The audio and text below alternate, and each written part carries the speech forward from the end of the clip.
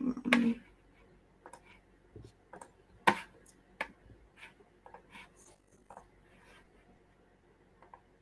right. Are we live? I think so. We're recording, so we. Here we go. We are live. Heck yeah. Oh. Sweet. I've got the chat open. All right. We're good on my end.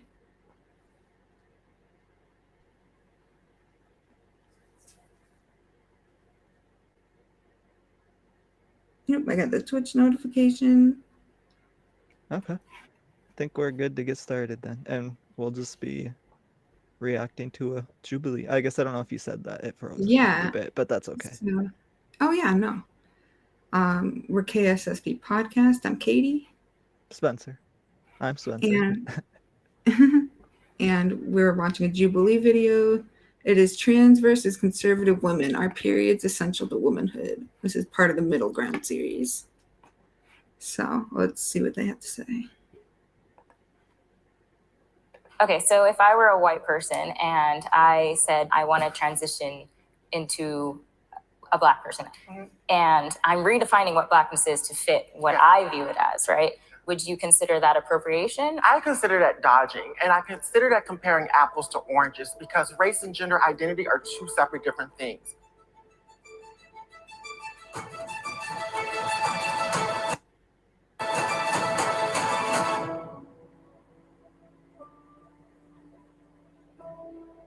Step forward if you agree.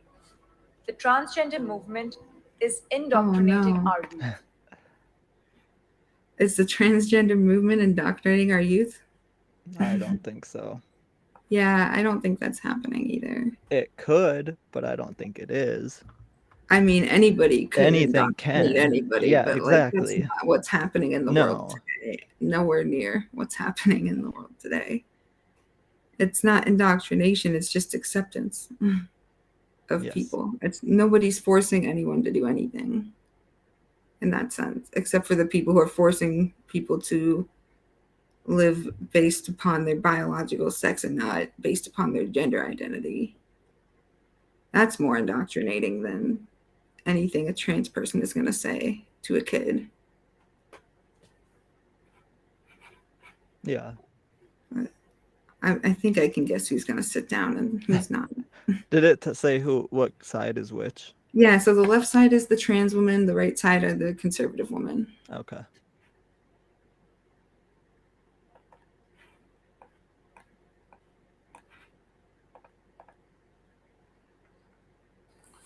Yep, knew it.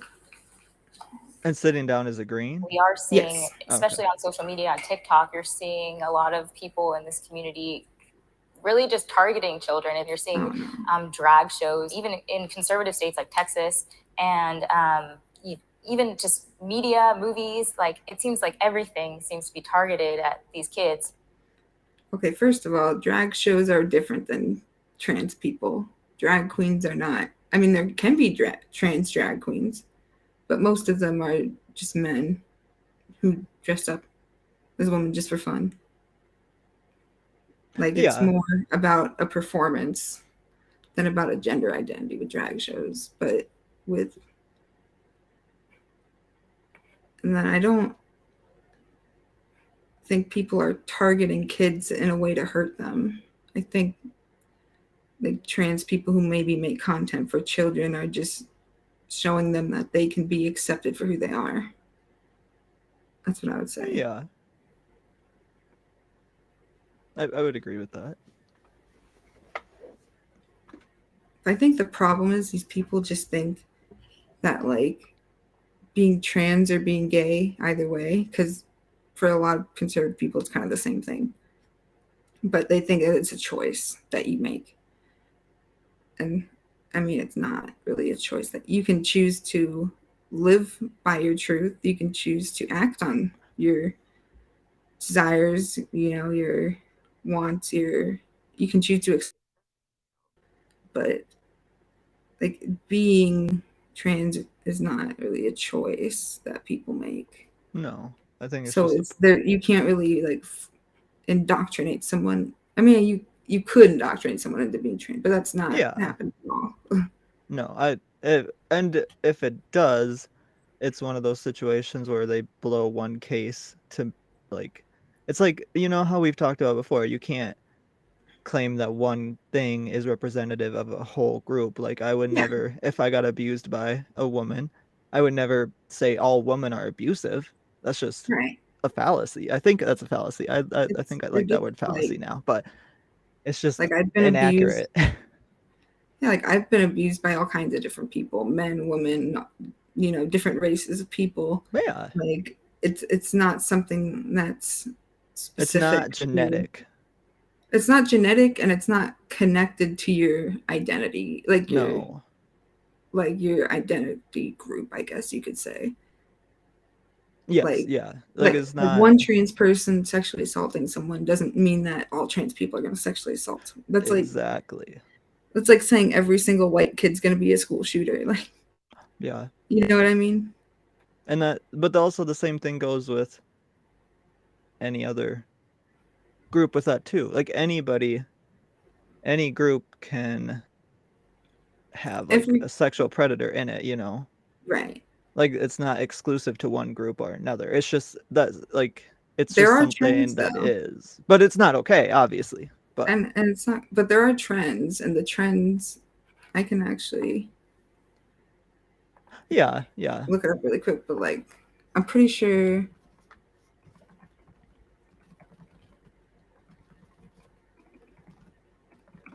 like conservatives are more likely to engage in sexual assault of children. Political differences in American reports of sexual assault and harassment. Let's see. Yada yada yada.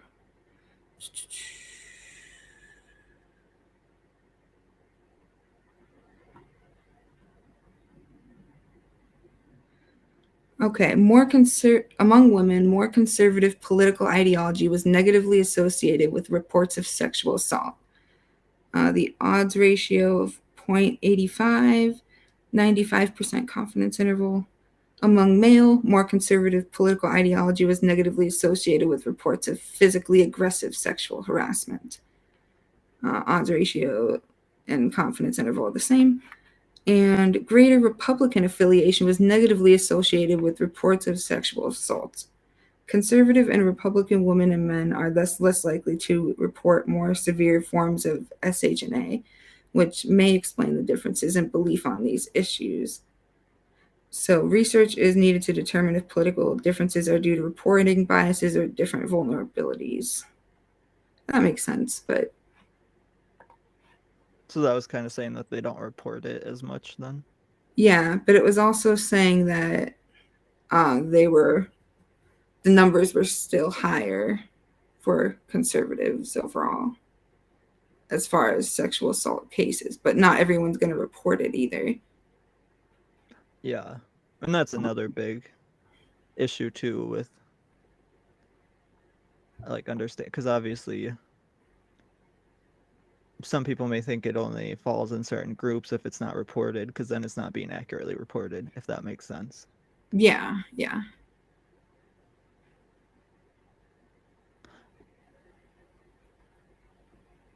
And yeah, but either way, it can still obviously happen in any group, and the big issue is of course. like assault itself. It's not really a group that is bad or good. It's more so the action itself is wrong and needs to be addressed and needs to be handled appropriately, I would say. Like, and not just given a slap on the wrist. Like, it needs to be treated.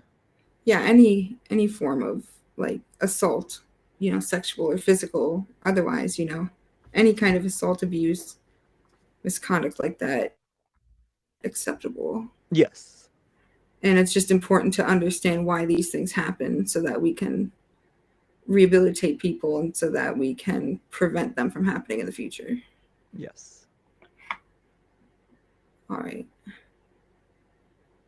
You have drag story hour for kids. Yeah. And, it's just really, I think, predatory in a way. And I'm not saying every trans person is doing this, but as a whole, there does seem to be a route that they're taking to get to the kids. When you hear Blue's Clues playing in the next room, and then you hear the Gay Parade song, it's Blue's Clues. You're not expecting to be talking to the children about that. It really makes you wonder, are you? Okay, here's the thing though. We talk to children about straight relationships pretty much their whole lives, like even when they're like little babies, you know. Like, oh, like you know, your kid blows a kiss at a guy and it's like, oh wow, she has a crush on him. Like, you know, that's learning about heterosexuality. So like if let's say your kid blows a kiss at another woman, like at another girl or something, like when they're a baby, you know, like it'd be the same thing, but we don't treat it the same way. Yeah. You know what I mean? Like, yeah, no, I know what you're saying. It's hypocritical is what it is. It is. Because all that's happening is they're adding in a little bit, because what they always make that claim that it's taking over, but it's not. It's just adding it in as it is normal in society. It's not taking anything away from anybody. No. Like, that's the thing. Because being like LGBT is normal, and that's okay. It should be normal. I mean, and by normal, I don't mean that it's the majority of the population. No, that's still a small, like, I don't know the percentage-wise, like, but you mean more either like way, it's not normal. What? Are you saying like it's not abnormal, so it's normal, you know? Yes, I'm saying it's normal in the fact that it's not wrong. Yeah. And it's okay. Absolutely. And it's not, nobody, and it's something, I don't, in my opinion, that, I mean, like I guess you said, anything can technically be indoctrinated, but it wouldn't be actually being indoctrinated. That would more so be people being forced to be something that they're not, but I don't see that happen. I guess I personally have not seen that happen either. Right. And I'm sure they're going to get into this, like our parents forcing their kids to be trans thing, which we'll talk about. I've heard that, but I've never, again, seen it happen. Not what's happening. Like, no. To become, like, to transition, I should say, to transition, like, as a kid, you need, first of all, years of therapy. You need to get your doctor's approval, and that also takes a very long time. And then you start off on hormone blockers when you're at the right age. When you start to hit puberty, you take the hormone blockers, which if you decide, you know what, this isn't for me, I changed my mind, you can get off the hormone blockers and there's no severe side effects whatsoever. Yeah. And then eventually you get put on the hormones when you're a little older. And then if you want to, you can have surgery. I was reading, apparently most trans people don't have surgery. But I mean, that's okay. And it's a big procedure. Like, it is a big procedure. There's a lot of medical risk involved, so that makes sense. But yeah, it's not like you just can force a kid to be trans and they just become trans overnight, or like they transition overnight or whatever. Like, it's a process, and it's not. And I'm not gonna discredit anybody, because that may.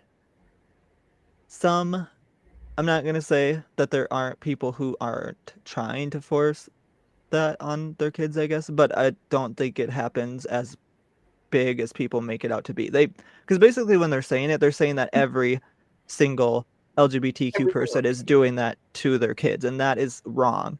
We can call out the people who are doing that and tell them that they are wrong. I am okay with that. But you cannot go around saying that it is, or making it out to be every single LGBTQ person, which is what they are doing, which that is wrong. Exactly. Like, I mean, I went to Catholic school for 8 years and I turned out bi. So, like, you know, it's not like nobody forced that on me. I can guarantee you that. You know, like, and I assume it's a similar story for you, like, you know, where we were not in a place where anybody was pushing anybody to be gay. Oh, no, definitely not. Like, gay and trans people and all, you know, anyone part of the alphabet gang, as they call it, you know, like any of us, like we're just born this way, you know? Yeah. Like it's just the way you are. It's not Just a like a choice. straight person is born straight. And it's just not something that anyone forced me to do. no, it's literally just who we are. There's nothing wrong with being who we are, as long as it doesn't hurt anybody. I will obviously add that caveat. Right. But being us, we're not hurting others just by Exactly. existing. So, and I do want to point out one more time, because she said it again, that drag queens are not the same thing as trans people. yeah, they're completely different. Again, like you said, there may be some like trans people who participate in drag, but that isn't, not every drag performer is trans. Yeah. Like the majority of drag performers are cisgendered men. A lot of them are gay, not all of them. And then, you have some trans drag queens, you have some cisgendered woman drag queens, but that's not very common either. Yeah. But yeah, it's mostly like cis men. Yeah, I guess, yeah. And it's like, so what if your son wants to wear a dress? Like, who is that hurting? Like, no one. I can tell you a story about when I was a kid, and this kid came over to play. Like there was this boy who was my age. My mom's coworker had a son who was around my age, and like I used to have these princess dresses like from Disney, and this dude wanted to wear one of my dresses, and I gave him my favorite one, and I was so proud that I was sharing, and like letting this kid live. And come out, and he's wearing my dress, and the dad's just like, get out of that, like stop, like take that off, we're going home. Jeez. Like mad as hell. I'm just like, oh, that was kind of when I learned about gender norms more, because I mean my parents were pretty good about not enforcing super strict gender norms. Like I was allowed to play with the race cars and stuff when I was a kid. Yeah. And I guess I don't really get, because even by that, it's not saying that if a man wants to be masculine, he can't be masculine. Nobody is saying you can't be masculine if you're a man. It's Right. just men shouldn't have to be masculine, and it should, in my opinion, truthfully, well, and this is just me, so this might be my experience, like covering my worldview or whatever, but I feel like we're all masculine and feminine. Like I just feel like there's no one who's like entirely masculine and no one who's entirely feminine, and we shouldn't be, because it's good to have that mix. That's why they say that gender's on a spectrum. Yeah. But yeah. Let's see. We gotta get through this video though. We're only a minute and a half in. Let's see. Are they really coming for the children?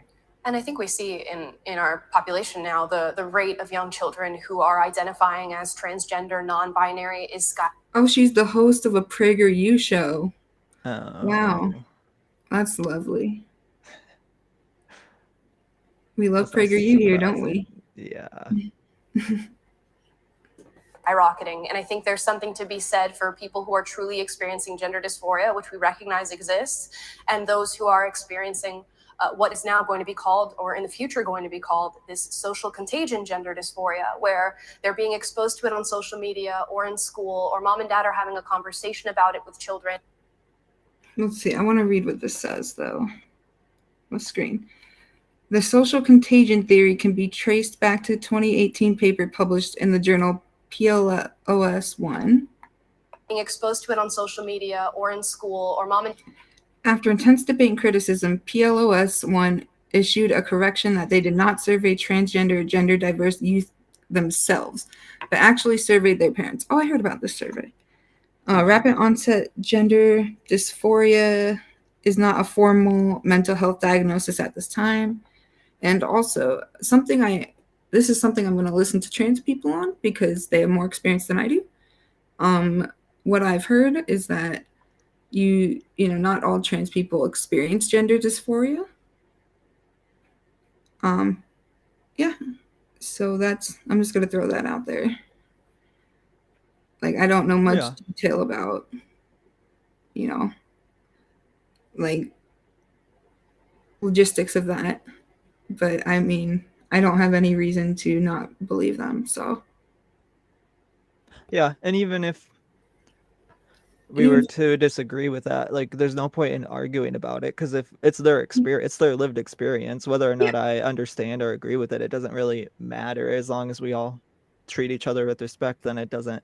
And we're not, and as long, the biggest thing to me is that we can't be making laws that it restrict people's freedom. That is not right. the American way, in my Right. opinion. I mean, yeah. If laws should Or be it shouldn't restricting be. anything, it should be corporations, not people. That's just my opinion. Yeah, People but should have as corporations much aren't like freedom as humans. possible without Yeah. interfering with each other's freedom, you know? Yeah. And I feel like most people would agree with that, yet there's people passing anti-trans legislation. So we need, Yeah, that's not okay. right. And then they have, you know, the Don't Say Gay bill, which we'll talk about a Yeah. little bit more in our episode when we go over LGBT stuff. But Yeah. yeah, the Don't Say Gay bill is just disgusting to me. Like, it's just awful. Like, if you have a husband and you're a woman, you can say you have a husband. But if you're a woman and you have a wife, you can't talk to your students about your wife. Like, Yeah, they're going to that's- ask you about it. That's just how the classroom goes. Like, they're going to ask you if you have a boyfriend or a girlfriend or whatever.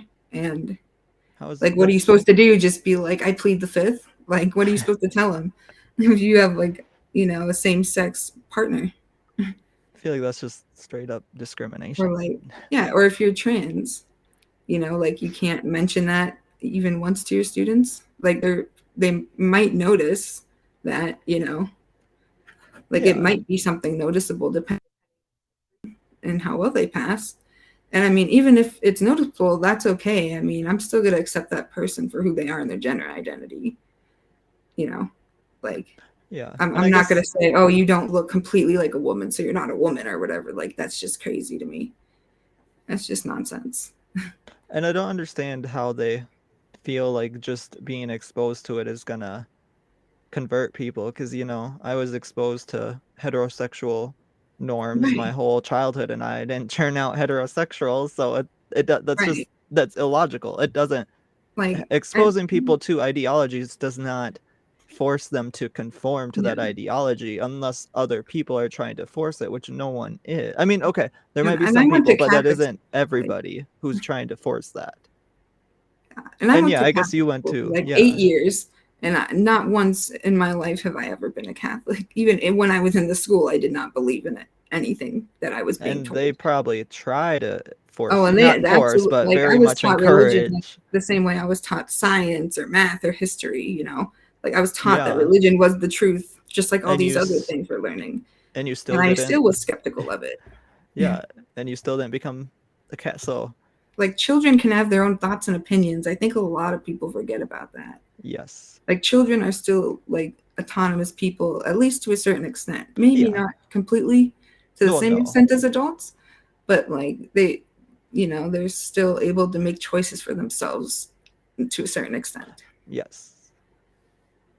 Like, a lot of people think children are just like blindly following anything at all times, Yeah, which some kids are like that, but but you some know, a adults lot are of like kids, that too. yeah, that's true too. That's So that's definitely just not true. like a difference between adults and Right. kids. Right, exactly. Yeah, kids are smarter than we give them credit for Oh sure. yeah. And like, I think that's why they're realizing now that we're able to expose them more to these things, that these things are okay, like being trans or being gay. Like, that's, like, kids are realizing that that's okay because they're being exposed to it. Yeah. And because that, you know, transphobia, homophobia comes from a fear, you know, like, even if you don't think you're scared, you know, just like if you're somebody who has been called transphobic and a lot, let's say, and like, even if you don't think you are, just imagine if your son came out as a trans woman or if your daughter came out as a trans man. Like, what kind of feelings would you be feeling, you know? Like, would you be scared? Would you be angry? Like, what would you be thinking, you know? And if you do have that fear that would come up, that's literally the definition of transphobia, homophobia. And You know, anger is also fear. yes, anger Whether can people also, want to admit that, it is a form of fear. It's worse form of fear because you're not at it's a I would say it's more of a repressive form of fear because you're Yeah. trying to refuse to feel the emotions and you're just letting the anger. Yeah, anger is a secondary emotion. Yes. So let's see. Be called this social contagion gender dysphoria, where they're being exposed to it on social media or in school, or mom and dad are having a conversation about it with children, and children are now starting to develop gender confusion. Or even babies, right? People Right. who are What? being born, they don't have to put the gender on the birth certificate, and they're saying you can choose whatever you want to be. Like that's so dope. dangerous. Even I How didn't. is that true? dangerous? I don't know if that's even true or not I have because no it's coming idea. from this woman. But if that is true, that's pretty dope. Honestly. Why does it matter? Why do people get Yeah. so caught up in this though? That is my Right. thing. Like none of this It's so, and they just matters. revolve, like they're obsessed with genitals, I swear. Yeah. It's weird. It's a weird genital obsession, you know? Like, oh, you have a penis, so you have to wear a suit. Oh, you have a vagina, so you need to wear a dress. Like, how does any of this make any sense? Or when they bring up like X, Y, and XX, I'm like, what are you? A eugenicist? Like, why does that Well, like matter? chromosomes don't even determine. No, well, and it biological- doesn't matter either. Like, why does Yeah. it matter? They have never explained That's true to me. too. Well, all they say is to protect the children. Well, if we're gonna protect the How- children, then they shouldn't be exposed to any media, heterosexual or Right. They shouldn't any even see sex. two They straight shouldn't people see. kissing. No, Like, exactly. If boy we're and girl gonna truly kissing? protect the Nope. children and let them truly come out how they are, non indoctrinated by anything, then they can't be exposed to anything. They shouldn't even Yeah, leave your and- house if and the that's your truth true is, goal. But that's like, crazy. you can't just hide this exposure from your kids forever. No. And like, you know what? Like, I mean, I didn't learn about trans people until I was like a lot older. Like maybe like Yeah. 12 or so, or 12 or 13, maybe like 13. But when I did learn about same-sex couples when I was really young though. And I remember like my friend had two moms and she told me, she's like, I have two moms. I was like, wow, that's super dope. I wish I had two moms. Just because of how my family dynamic was. But like, it wasn't anything that was confusing to me at all. Like, it made perfect sense. I was like, okay, yeah, two women can be together just like a man and a woman can be together. Like that's not confusing. Like, you're making it confusing. Yeah, I agree. Because it isn't really about, or it shouldn't be about the external, what we are, you know. Right. It should And be if you about don't things to your kids, you have two options. One, just don't have kids. Two, like, read some parenting books, look up some parenting videos on YouTube, read some psychology studies about childhood development, really educate yourself. And then you will be ready. You will know how to have these conversations because, I wouldn't say same-sex couples or being transgender. I wouldn't say transgender, like, people are a hard thing to explain to children. no. But there are some things that I would probably think would be hard to explain to children. And Yeah, definitely. like, 'Cause there's ways to figure out how to have these conversations instead of just avoiding them. Well, yeah. And it's okay to ask for help and advice too from Of course. professionals. Oh, That's yeah, of always an course. option too. Yeah, I mean, you can, if you really are having this hard of a time, like, get a therapist for your child. And, or maybe do family therapy sessions, and then you guys can talk about these things with a third party involved so that, you have some support to lean back onto. Or like, if you just want to have like you and your partner, explain this to your kid, like, having both of you there is better than just one of you. Because it's also, I think, I would say that nobody's born with hatred. It's taught. So nobody's born a transphobe or homophobic. They learn it from you as the parent.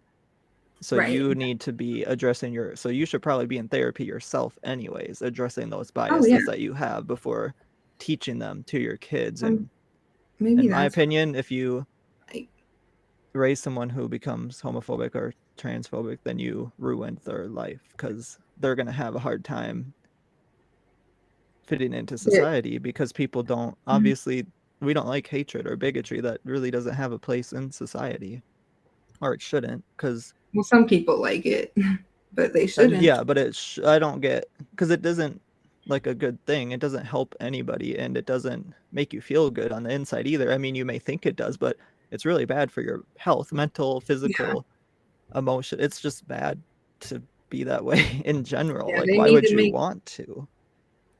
They need to make the CBT for bigots, honestly. Like, that's what I'm waiting for. I'm waiting for the release. I'm waiting for them to drop it. Well, I think it already would work for them. Mixtape of CBT for bigots. Yeah, I think it would already work though for them. Oh yeah, I think it would It's just work about too. they have to be open to it. That's the thing, is they're just not open to. I mean, they always claim that they're open to new ideologies, but they're not. Otherwise, they would not. Because I feel like if you're open to new ideologies, you're not full of hatred towards an ideology, in my opinion.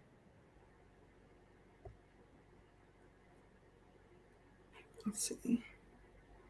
Lying to them, saying like, oh, if we put you on hormone blockers at this age, it won't do anything to your puberty, it won't affect you long term. And it's just a straight up lie. And there's like an entire Reddit thread dedicated to people who a Reddit thread. Oh, Reddit thread. What a credible source. Oh my god. Cancerous. I swear to God. Yeah, that's not. I mean, I'm not gonna discredit anecdotal information, but it's also like anybody can lie on the internet too. Like, I could go on that Reddit thread and claim that I've detransitioned, but I haven't. I'm like, sure it's there's just, a sign up for detransitioners where it's just propaganda. Like, yeah, exactly. Propaganda. Yeah. Especially because on Reddit, you don't have to have like a profile picture or anything. So you could literally make a bot profile. You can make 10 profiles to claim that you were 10 detransition people. Right, exactly. Interesting. Talking about how much. Oh, and also, she's also just scientifically wrong too. Like, the hormone blockers aren't what will mess you up, because you can take, I mean, they use hormone blockers for cisgender people. I can't remember what the original use for it was. It was for some kind of disorder though, that, you know, had nothing to do with trans people. And like, they were using hormone blockers for like kids who had this medical issue, and it worked just fine, and it didn't leave them any side effects. Like, if you're feeling the side effects of anything, like if you detransition after you've taken hormones like testosterone or estrogen, like, yeah, maybe that might cause some side effects, but like, most people will make that decision before they start the hormones though. And then if they don't, then I mean, like, I guess they can treat the symptoms that they have with the proper medical care afterwards. Like, if they're getting proper medical care after they detransition, like, they should be fine, honestly. Like, if they have a good doctor at least. But yeah, like, hormone blockers themselves are not going to cause serious side effects like that.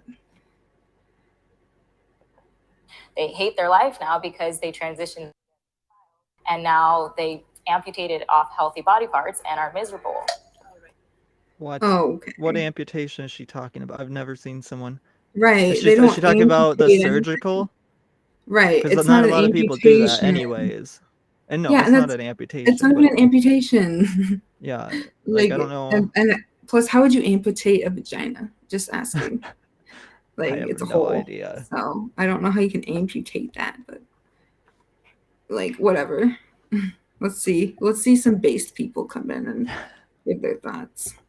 Can the disagreeers step forward? I really like that one girl's outfit with the black shirt. The fact that the trans movement has got people shook has me. The one on the very left, I love her outfit. Just saying. Oh. So excited. The trans movement is not indoctrinating our youth. Our youth are understanding who they are at a younger age. And for what I was hearing over here is a lot of what y'all were saying, I wonder would you say it to the parents? Because we need to really look at what the parents of trans youth really go through. Trans youth, instead of them enjoying their life, playing with their friends, they're up in legislation trying to fight for basic rights here. 1 in Yep. 5 transgender youth have tried to commit suicide. Why are we trying to police them? And you know, they always say that 41% statistic, right? But On what? the number for trans suicide rates. Oh. But then like once you have like at least one person in your life who supported, like, I don't remember by how much, but that number goes down like a lot. Like I think it's like 16, 17 or something like that. Like it's some like decimal, like it goes down most of the way. Like if you just have one supportive person in your life. Yeah, and that makes sense, because if you have no supportive people, then what, like, we need support. And we need validation, especially if you're like trans, if you're part of LGBTQ community at all. Yeah. But especially if you're trans, you definitely need that validation from people. But you're bringing it only to the parents. The question was indoctrination in general. Am I correct? And then, But they're a part of that conversation. Someone said something about drag shows coming to schools or whatnot. The kids enjoyed it. The parents just had a problem with it. But that's their issue. It's only someone dressed in drag reading a story. Is That could have drag been not anybody. blackface for women? Oh, shut What? up. Are you serious, dog? Did she just call drag blackface? Or sorry, did she just call drag blackface for women? I think that she's misunderstanding, because I'm pretty sure blackface was used disrespectfully, and drag queens I don't think are being disrespectful towards women. They are respecting women. It's and celebrating women. It's like appropriation versus appreciation, I think. Is what it's called. Maybe. I mean, that makes where sense. It's like you can like blackface is appropriation, where like you're taking all context out of the culture and like you're using it in a way to not just imitate, but like almost mock. Make fun of. Yeah. Them. Yeah, mock whoever you're trying to imitate. Or like really play down the significance of what you're like appropriating, versus appreciation, where you understand the context and the culture of what you are imitating, and you are doing it as to show appreciation, like to show that you appreciate it. That's where you appreciate that part of the culture, and that's what drag is. It's appreciation, not appropriation. That's where I personally think intent matters. Of course, I agree. But I guess she sees it as a caricature of womanhood, which, okay. Like, I disagree completely. As you know, I'm a woman, and seeing someone in drag, I think that's really cool. It's just dressing up. Yeah.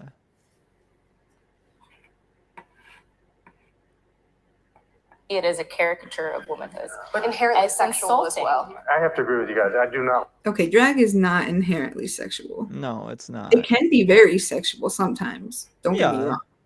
But it's not inherently sexual. Like they have drag shows for kids where, you know, they're wearing like, you know, drag queens are wearing like an immense amount of clothing, you know. Yeah. They wear a lot of clothing. And it's all colorful and yeah, and you know, what about like straight women, you know, like Britney Spears, Christina Aguilera, if we're going back in the day, like dance, you know, and kids would see that, but you know, a lot of these parents didn't have a problem with that. Yeah, it's just hypocritical, because again, it's their own, and they're just trying to justify their own biases without actually addressing their biases is all they're doing. There's no so it's not going to be logical at all. It's going to be completely hypocritical, because they're not actually addressing the root issue, which is their own biases. It has nothing to do with drag queens. Huh? Oh yeah, it's driven by fear. It's not driven by any kind of logic. Fear kind of throws logic to the side most of the time. And I guess this woman does not like the drag queen social hours, so I wonder why. Is that like those coffee hour or like the story hours? I think that's what she's talking about. I like the drag queen social hours. Hold on, on November 19th, one day before Trans Day of Remembrance, a gunman opened fire inside an LGBTQ night spot in Colorado Springs, killing at least 5 people and injuring 25 others. Yep, the Club Q. I personally, as a trans person, didn't ever go to a drag show until I was about 40. I'm not for the sexualization of kids. Why are we not letting kids be kids and bringing sex into their life so early? I think it's predatory in general to talk about sex with children. Yeah. Straight sex, any kind of sex. I disagree there a Well, little they have bit. to have sex It ed at depends some how you're point. talking about it. Yeah, but there Like, has to be sex ed at some point. Like we can't Exactly. not teach kids because otherwise there's gonna be like teen Like, pregnancy is gonna teen increase, pregnancy, STDs are gonna increase. and sexual assaults too against children, Yeah. because if they don't know how to describe what's happening, if they don't know what's happening to them, like, how are they going to get help? You know, how wrong until they're way, way older, and then at that point they can't do anything about it, you know? Yeah. Like, well, I mean, besides like therapy, but they can't like take the person to court or anything. They can't hold that person accountable at that point. So, you know, I think sex ed, even for like, you know, because I learned what sex was when I was 7, and like, you know, it didn't ruin me, it didn't traumatize me to learn that, because I was told it in a very medical sense. Is that Like, middle I was school? told, no, just from my mom.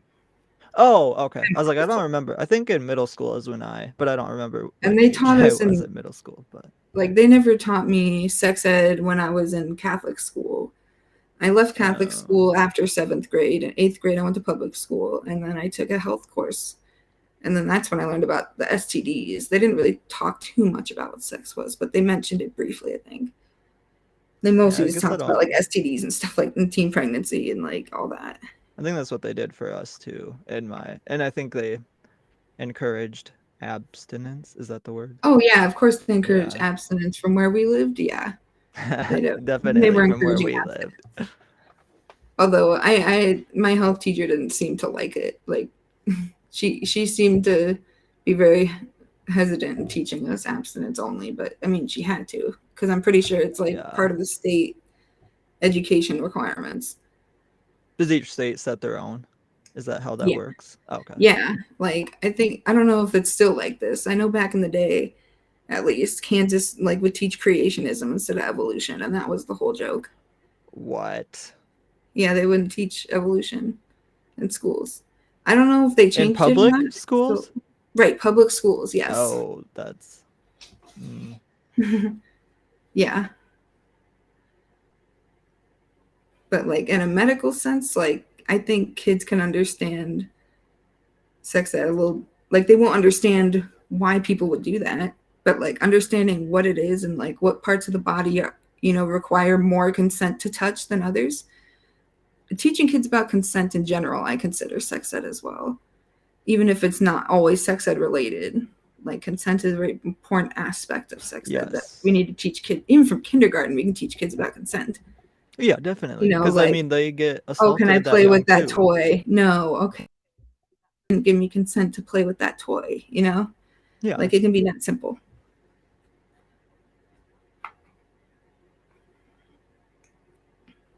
Who's teaching sex to 3rd grade children? I really want to know. Have you looked at the California curriculum for sex education? You need to. I think that's a good thing if they're just teaching biological functions once again. But anyways. Yeah, I guess I don't know the curriculum, but. Yeah, I mean, and I don't know it either. And they could completely be lying. Who knows? But very conservative trans woman, all right. Let's see what this one has to say. When I was in preschool, I got my first crush on a boy because to me at the time, I was in kindergarten, he looked like Prince Eric from Little Mermaid. Yeah, Little Mermaid. I don't think like him ever crossed my mind when I was 4, but obviously like it would have been good to know that like it's okay, like if you have these feelings for someone of the same sex. Hell yeah. Think of you. Wait, can you pause it for a second? Yeah. I just have so I just looked it up. State law, California Education Code, whatever, known as the California Healthy Youth Act, requires school districts to ensure that all students in grades 7 through 12 receive comprehensive sex education and HIV/AIDS prevention education at least once in middle school and once in high school. So it's not like that's not even a lot. No, it's not. So I don't know. And it's not even till 7th grade. Yep, 7 through 12, and they only have to be taught it that twice. Was just a big old lie. Then, yeah, you know, that's. That's fine. Just misinformation. Woo. Exactly. That's why I like to look things up, because That's why true. if we ever were to do something like this style for Yeah, conversations with other people, if people ever wanted to have a conversation like with debates us, and stuff. then we would be where you could look things up, because I'm not going to let people Oh, be yeah, like, of well, I course. think this is, and then I'm going to be like, if you think it, then look it up, because I'm not going to listen to what you think. I want to know Right. for And sure tell me if about your what you're source saying is a too. fact. Yes. You know, if your source is Breitbart, like I'm not gonna take you seriously. Yeah, you need to, because we can have conversations. I'm open to having discussions, but you need to be providing factual information about what you are saying. If we're going to be having what are those called, constructive conversations that actually go somewhere, then we have to talk. Yeah. And you can bring up your emotions aren't bad, but there also needs to be facts involved too. Yes. Because it's fine to have a fear of kids being indoctrinated, but we need to see if that's even actually happening and have the facts to we need to look back at that. up the claim that it is, and the facts don't seem to back that up. So I Exactly. understand your fear, but it doesn't seem to be happening, so your fear is misguided. Exactly. That's important to recognize that. Mm-hmm. Sex at a lot younger age, whether we like it or not. Let's just keep it 100% You don't think it's real. because of that? I do not think it's because of that. It starts at home with parents teaching their children. So I'm gonna look something up really quick here, actually. Okay. Let's look up teen pregnancy rates. Over time. That's what I want. Oh, look at that. It's decreasing. It's decreasing from 91. Oh, wow. Wow. Look at that decrease. Oh my God. This is births per 1,000 women aged 15 to 19 years old. So in 91, we were at about 62%. Wow. Now we're at about 15.5, not percent, sorry. 62 out of 1,000 women. That's still a lot, though. That's still, yeah. And then now we're at 15.5. That's like a huge decrease. That's like, a quarter of what it was 20 years ago. Yeah. And our sex ed is becoming more comprehensive. So just saying, like, the education seems to align with better results, but okay.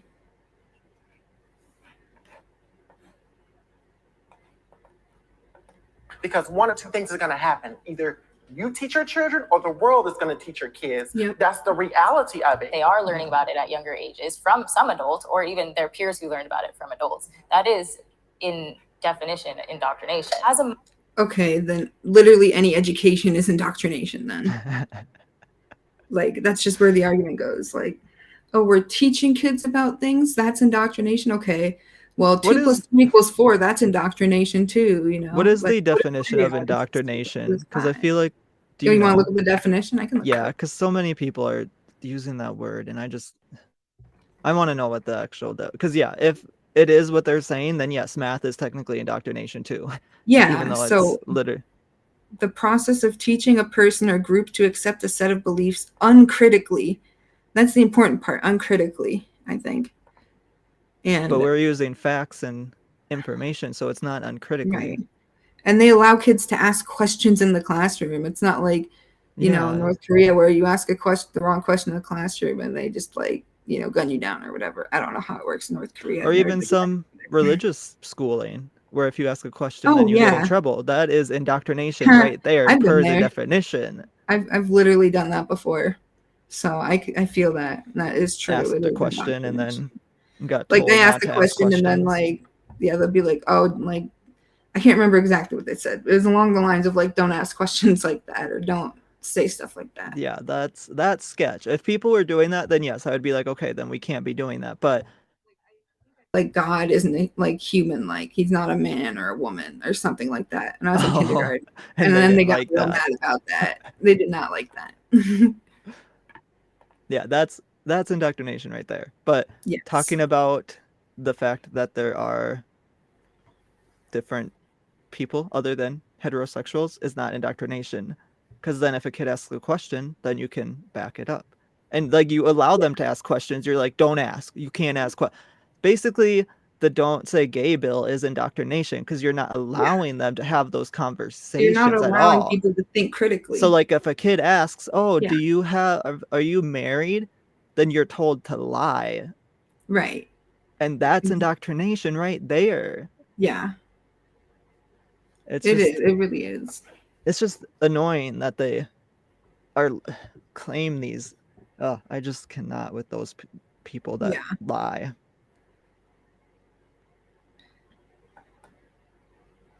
Mother and seeing what my children are going to have to be introduced to at such a young age. Like I didn't even know what a gay person was till I was like 12. And so they're going to be having these really heavy adult conversations at a really young age just because of their exposure. And that is honestly just scary because I don't want to. What if how you is have that a heavy? How is somebody being gay a heavy conversation? Yeah, I don't understand that. It's like somebody's gay. Oh, what does that mean? Oh, that just means a man likes a man or a woman likes a woman. Oh, okay. How is that a heavy conversation? Yeah, like it's not. It's only heavy because you think it's heavy because of your biases. Right. You think it's heavy because you have an internal fear. You have that transphobia. You have that homophobia in you. That's why it's a heavy conversation. It's inherently, like, on a humanitarian sense, a heavy conversation. It's really not. It's really simple.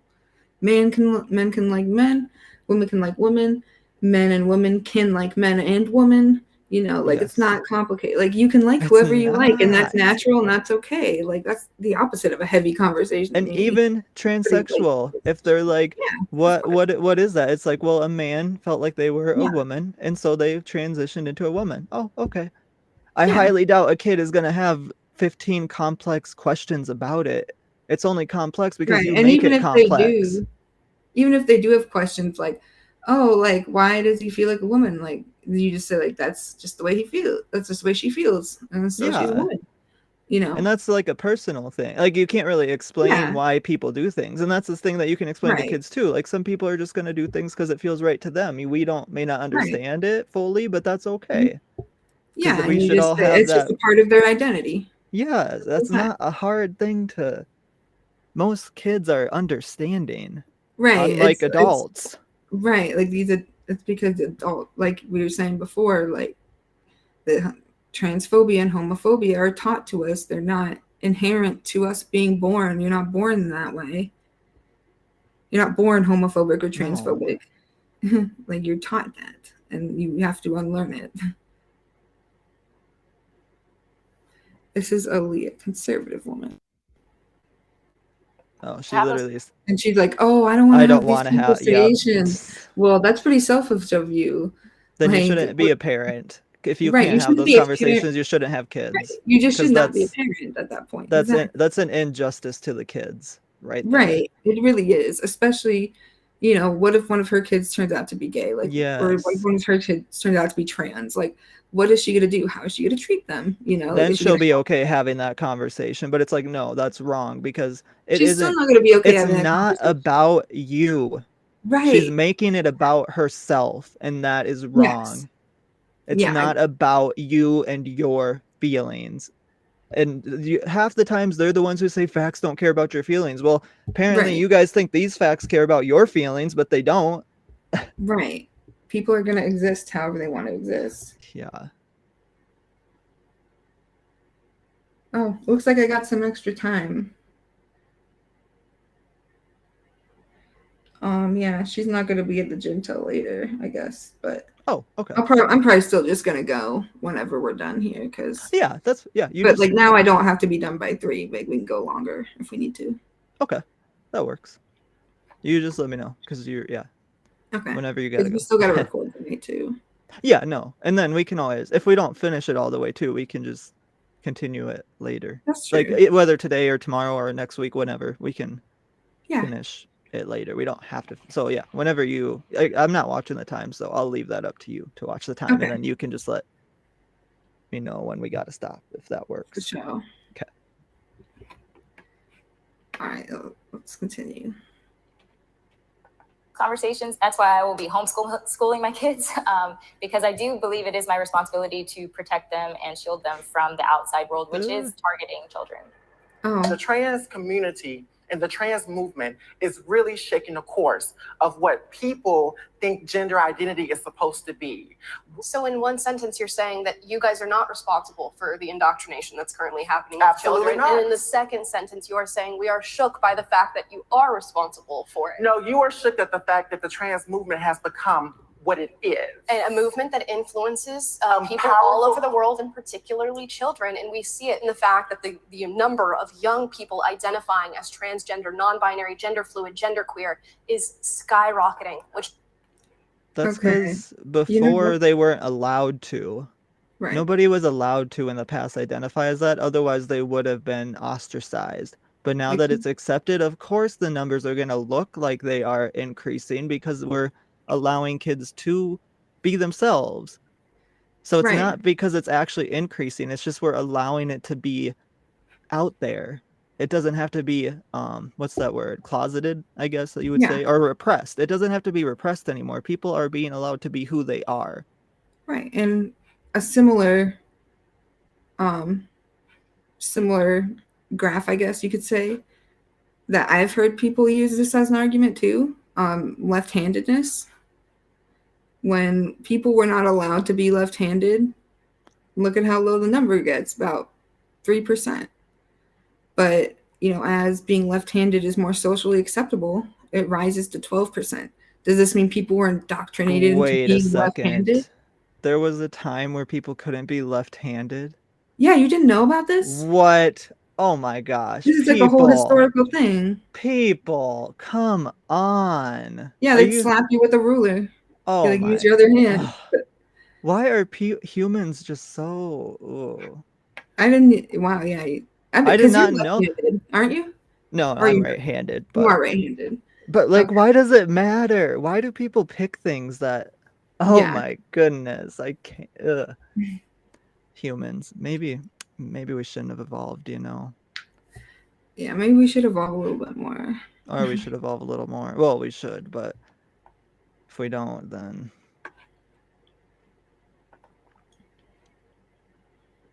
Yeah, I guess we might just be doomed for destruction. Oh, yeah. If we can't get along. Right. What do we think is going to happen? Exactly.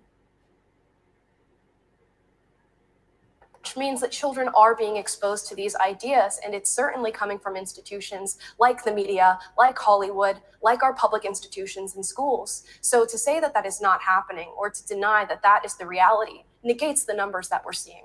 What I would say is that the idea that there is a single transgender movement and ideology is disingenuous. True. And that at its core, being transgender is about separating sex from sex roles and gender roles that are compulsory. Do you think that children should be able to transition medically? No.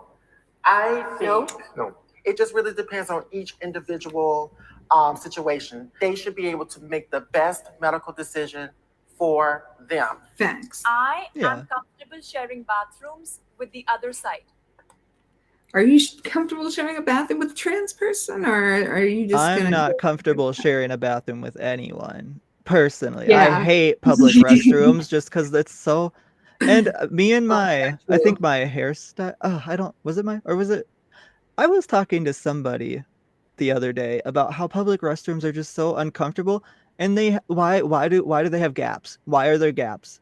Why is it not actual closed rooms? Like, if you go to like a really fancy restaurant or something like that, like somewhere really bougie, like sometimes they'll have the separate stalls, but they'll literally have like walls, like without the gaps, and that's pretty. And dope. that's okay. Having your own little room. But these like stalls where there's like peepholes, pretty much, and that's weird. I don't like it. That makes me uncomfortable. I would rather use those family restrooms. That way. What? Oh well, I don't think that's a priority, but. I mean, it's not a priority. I mean, maybe to you, that's okay. But I just think it's weird too. Like, I would rather make more private restrooms than. But otherwise, no, I don't care if a trans person uses the same bathroom. I don't care for any, like, to me, it doesn't matter. Because I guess although I'm a little biased, because like, I literally wouldn't even care if I like shared a bathroom with men. Yeah, like, cisgendered men. You know, like that wouldn't really bother me. Because I So have it definitely seen doesn't bother me if a trans woman is in the bathroom with me. Like I would not give a shit. I've seen I'm the just trying to argument that, oh well, women are gonna be in more danger if this happens. But why do you think that they're That's not not at true. danger right now? Like a man, like a Like a man man doesn't can just walk see. into the woman's Yes, restroom. he doesn't see a woman's restroom sign and be like, "Oh, I can't go in there." No, Right, if especially if he's he's gonna be intent like on hurting people, he's gonna go in there regardless of what the sign says. yeah, like he's already breaking one law. Like, you know, Yes. sexual assault is illegal. Like he's not gonna care about, you know, the gender norms of going into the correct bathroom. He's not gonna, it's not like a force field that just No. knocks him back, you know. So again, their argument isn't based in logic, it's based in biases and fear. Yeah, of course. So oh. Yes, I feel comfortable. What? Safe, that might be a different Oh, I am comfortable. Okay. question, Got it. but comfortable, yes, I feel comfortable. What I think the bathroom issue opens up is an issue of predatory men taking advantage of the opening.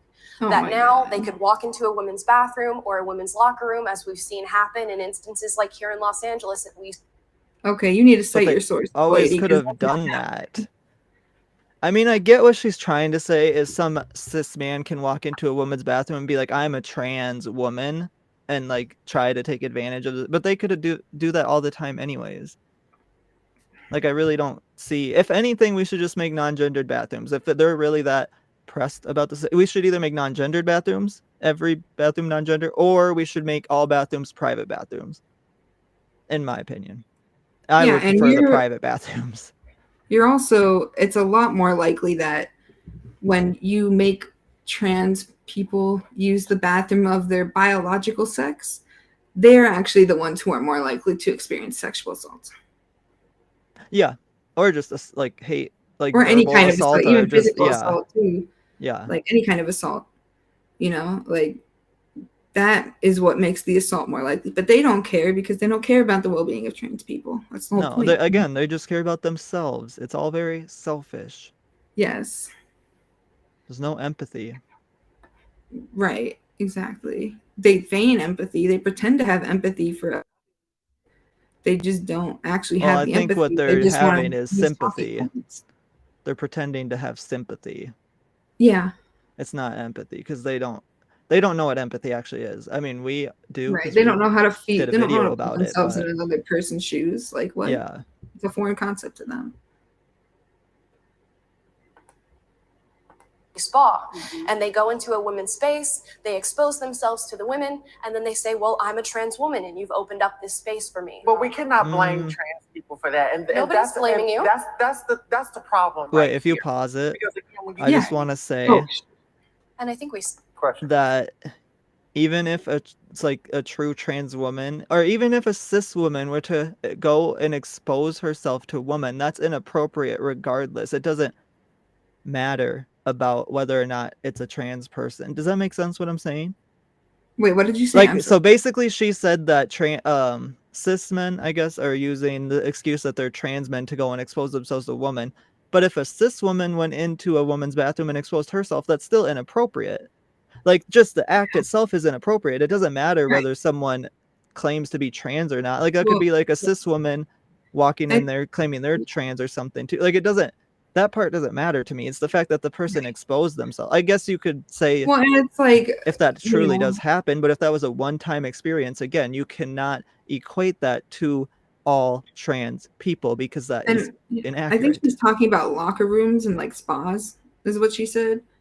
Like, so this isn't even like they're just dressing changing room. a dressing room. Oh, like that's what she means by exposing. Like, no, dressing room. Who fucking cares?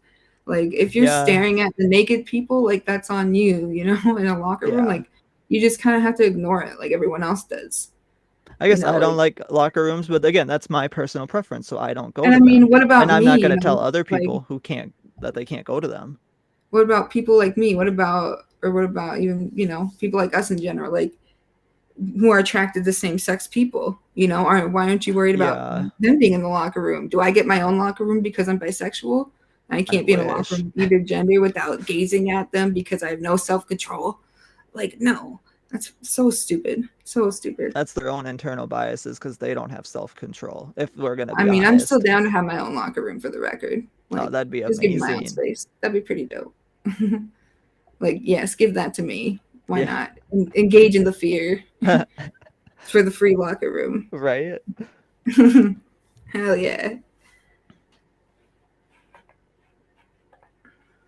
That's the problem right here. Because again, when you walk into the bathroom, I'm not interested in knowing what you are, what you identify as. I'm trying to use the bathroom and leave out of there. What people have tried to say is that when trans women go into the bathroom, they're being predatory, and that is not the case. That is something we do not blame on trans women. Although you were not saying that, when we talk about predatory behavior and when we talk about like the predatory cases, I'm pretty sure someone just said it, did they not?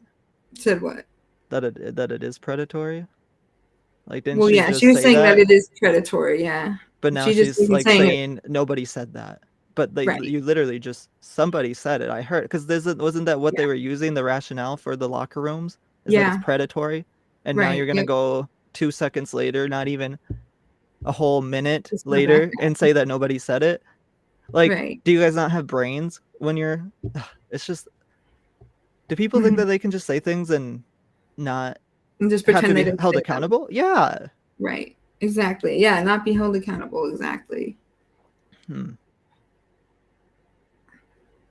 I mean, it is predatory. Like, you are blaming trans people ultimately, because trans people are just advocating for the basic human right to use the locker room of their choice or the bathroom of their choice, like based upon their gender identity. Yeah.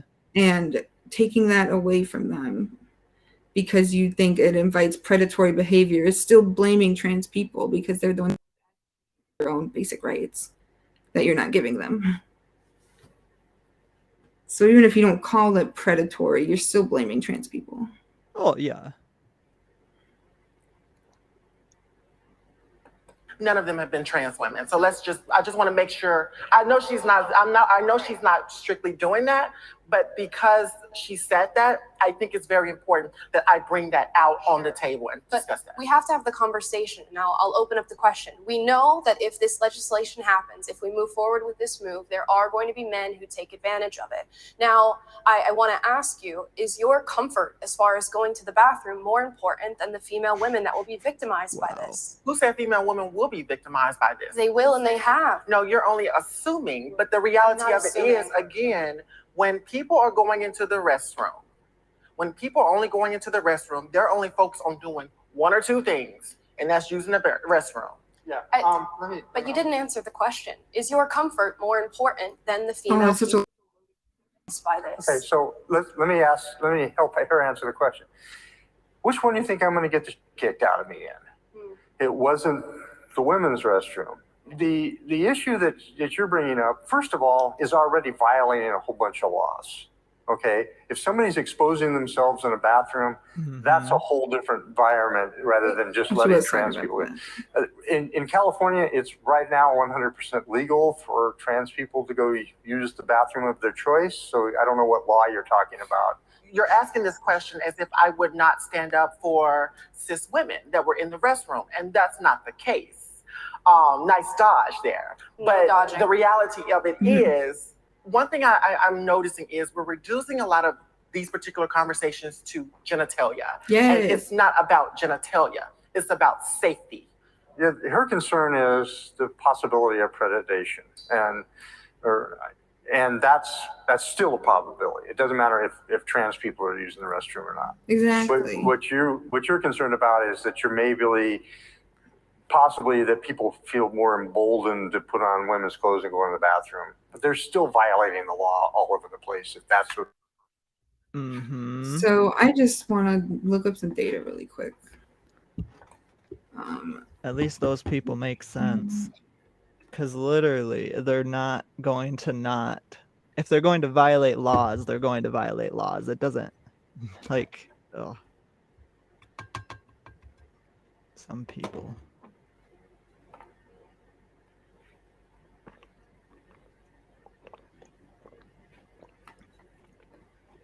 Several states and major cities have supported trans people's bathroom access for years. More than a dozen states and several cities that have non-discrimination laws protect gender identity in public accommodations. Let's see.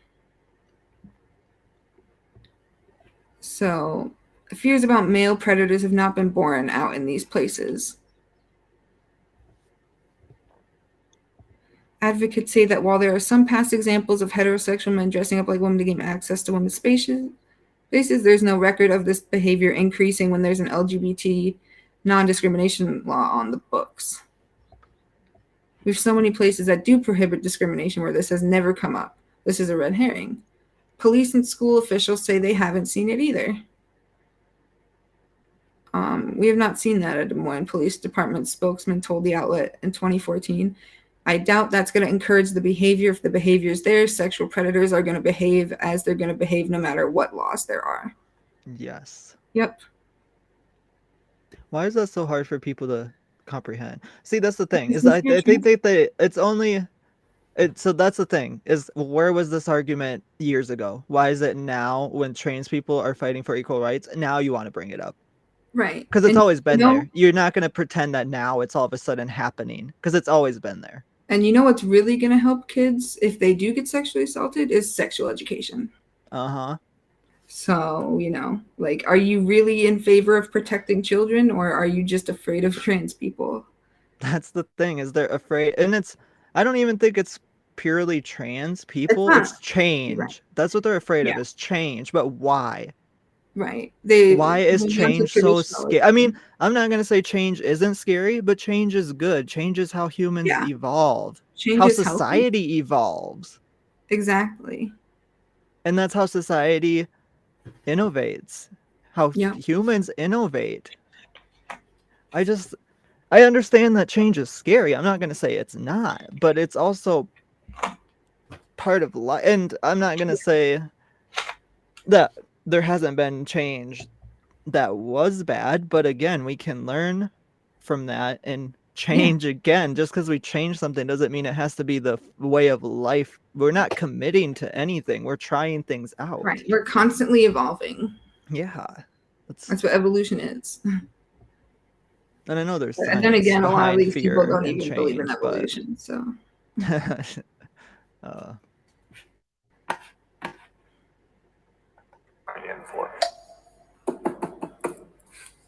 Yeah, so I didn't step forward because, and I know in today's age, this is going to sound very radical and, but I don't agree with the whole transgender ideology. And so for me, it's encouraging something that is based in what I feel is delusion. And so I don't think that we should be encouraging that by allowing men into women's restrooms. So number one, I would love for her to define what the trans ideology is. Because, I could not define that for you. Like, that's not a real thing. It's not an ideology. It's just a way to identify yourself. And it sounds like these people, hopefully they'll go over this, but there's a difference between sex and gender. Yes, so biological sex is like the characteristics you're born with. It's on a bimodal spectrum, meaning that, like, there's, let's call it male and female. Yeah. And, like, you can exist anywhere between the male and female spectrum. Like, some people are born intersex. And, some people are born with all of the female parts, but they produce more testosterone than estrogen, for example. Like, is that a man or a woman then? That's why gender is also on a spectrum. Gender is based on societal norms and expectations, which are rooted in biological sex currently, but they don't have to be. That's the thing. Traditionally, they're rooted in biological sex. But, modern day and age, like, we've kind of realized that gender does not have to inherently be tied to biological sex. And there's cases in the past where it's definitely not tied to biological sex. Like, in different societies. If you look at the history it hasn't always been this way. This is right. new, like that. It's like new but old. Like, yeah, like one off the top of my head, like there's a culture in Hawaii. They have 3 genders, for example. Oh, okay. What? Oh, did you? Yeah, my light. Anyways, that doesn't matter. Yeah, you'll just have to plug in the USB next time. True. How much battery do I have? I better plug my computer in. Okay, I'm gonna play this now. Okay.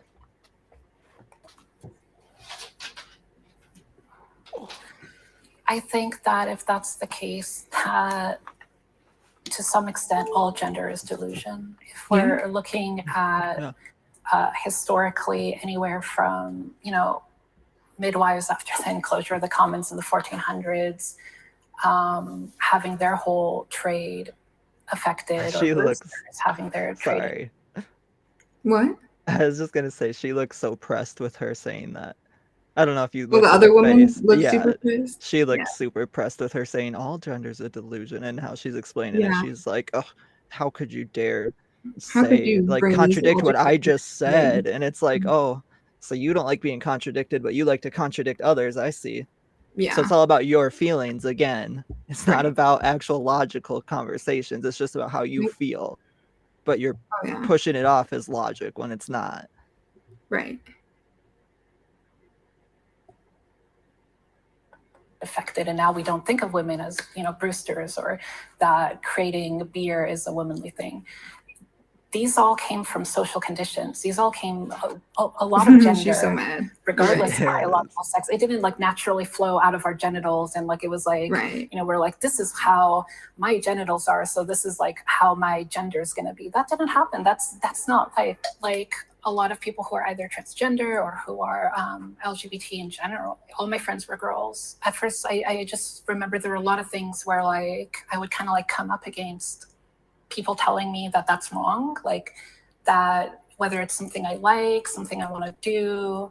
It wasn't until kindergarten that like someone told me that I'm a boy, and I was like, oh, I don't feel comfortable going to any bathroom in this world, like in the current society we live in. And to make trans women the whipping girls of that, I think that's disingenuous, but I do think that we need a systemic change to make ourselves safer. I don't really know anyone who doesn't feel a little bit uncomfortable going to the bathroom. And trans people are not a delusion. Let's make it very clear. We're here. We've been here for ages. We've been here since the beginning of time.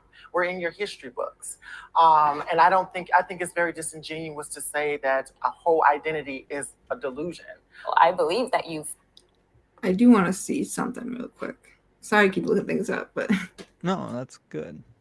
Trans in history, because I'm obviously I'm aware that they exist. I'm just really curious of who some of these people are. Yeah. So let's see.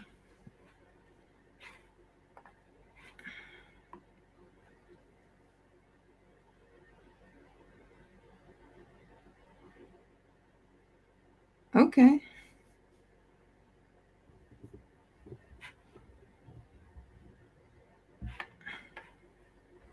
I kind of want to see more further back. Okay. So, oh wow, look at all these people. Have I heard of any of them though? Not that they don't. I've heard of Sarah McBride. That name sounds familiar.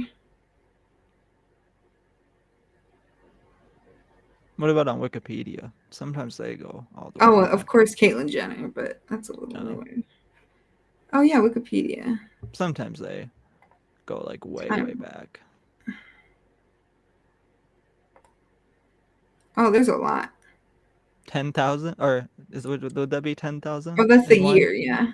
10,001 to 1900. So yeah, it's not a new. Like this guy was a poet. Looks like wrote about being uncomfortable with being a male instead of female. This person was tried for sodomy. He confessed he had never had sexual intercourse with his wife nor any other woman, because he never felt any carnal appetite, nor could he have ever had an erection of his virile member. Oh, wow. That's pretty personal. This guy was arrested for cross-dressing and was interrogated.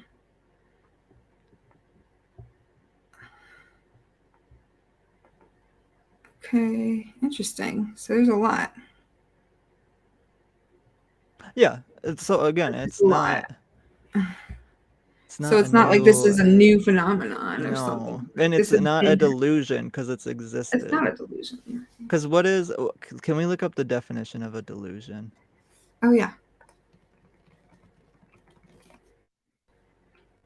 A false belief or judgment about external reality held despite incontrovertible evidence to the contrary, occurring especially in mental conditions. So that's like when you have schizophrenia and think you're seeing somebody when there's nobody there. Or it's more like when you, because that's a hallucination more, but like a delusion is like you have schizophrenia and you think like the FBI is following your every move or something. Or like you're that a god. Would be a delusion. Yeah, or thinking that you're God, like you literally God and you literally created everything or something. Like that would be a delusion as well.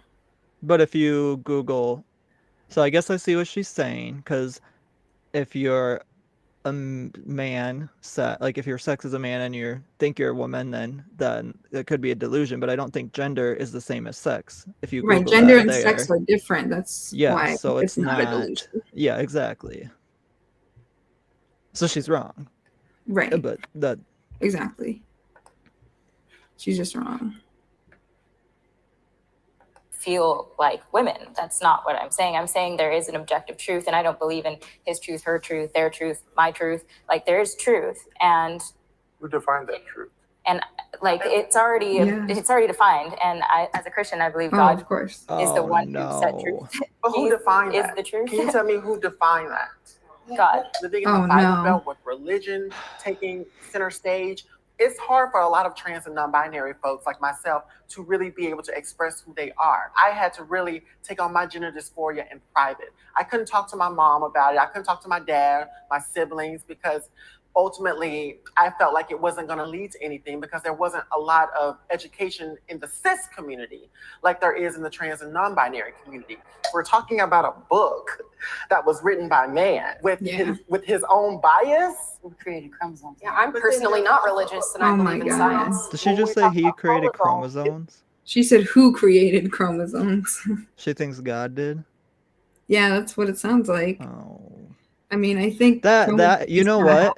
That I'm sorry, people may not like this, but that is a delusion. Religion is a delusion. Yeah, I don't think, I mean, my personal thing is I don't think religion is inherently a delusion, but like it can turn into a delusion. It can lead to more delusion. Like you just, if you are religious, you just got to be careful with it. I guess. Like if you don't discredit facts. Right. Like over if you're your religion. Exactly. Like if you're then I guess it's fine. It's not a delusion at that point, but a lot of people who are religious do that, where they just discredit all facts and reality and just make up their own thing as if that's the reality when it's not. And they don't even follow the true religion, like as we mentioned before. They don't follow true Christianity because that's not what God would have stood for. If they were true Christians, they would be trying to help trans people to, be who they are, because God made them trans, right?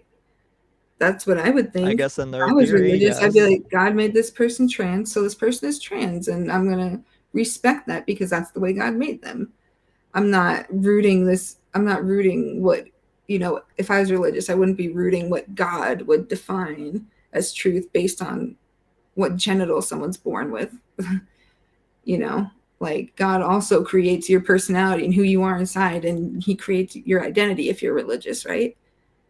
Like he would make you, like, because you are, you're born trans or you're born gay or whatever, like that would also be a part of how God made you, but they just like to brush that under the rug and just say no. Because they don't use it for the intended purpose that, in my opinion, it was supposed to be used for, which would have been like morals and like to help people, like helping the weak, yes, basically. but they don't stand for, they use it as like a power tool, just Right. to have power. Exactly. I mean, not all people who follow the religion, but the people that are A in lot. power of the religion and lead the religion use it as a Yeah. power. Or people Will use it to who convince aspire people. for it. Yeah. Yeah.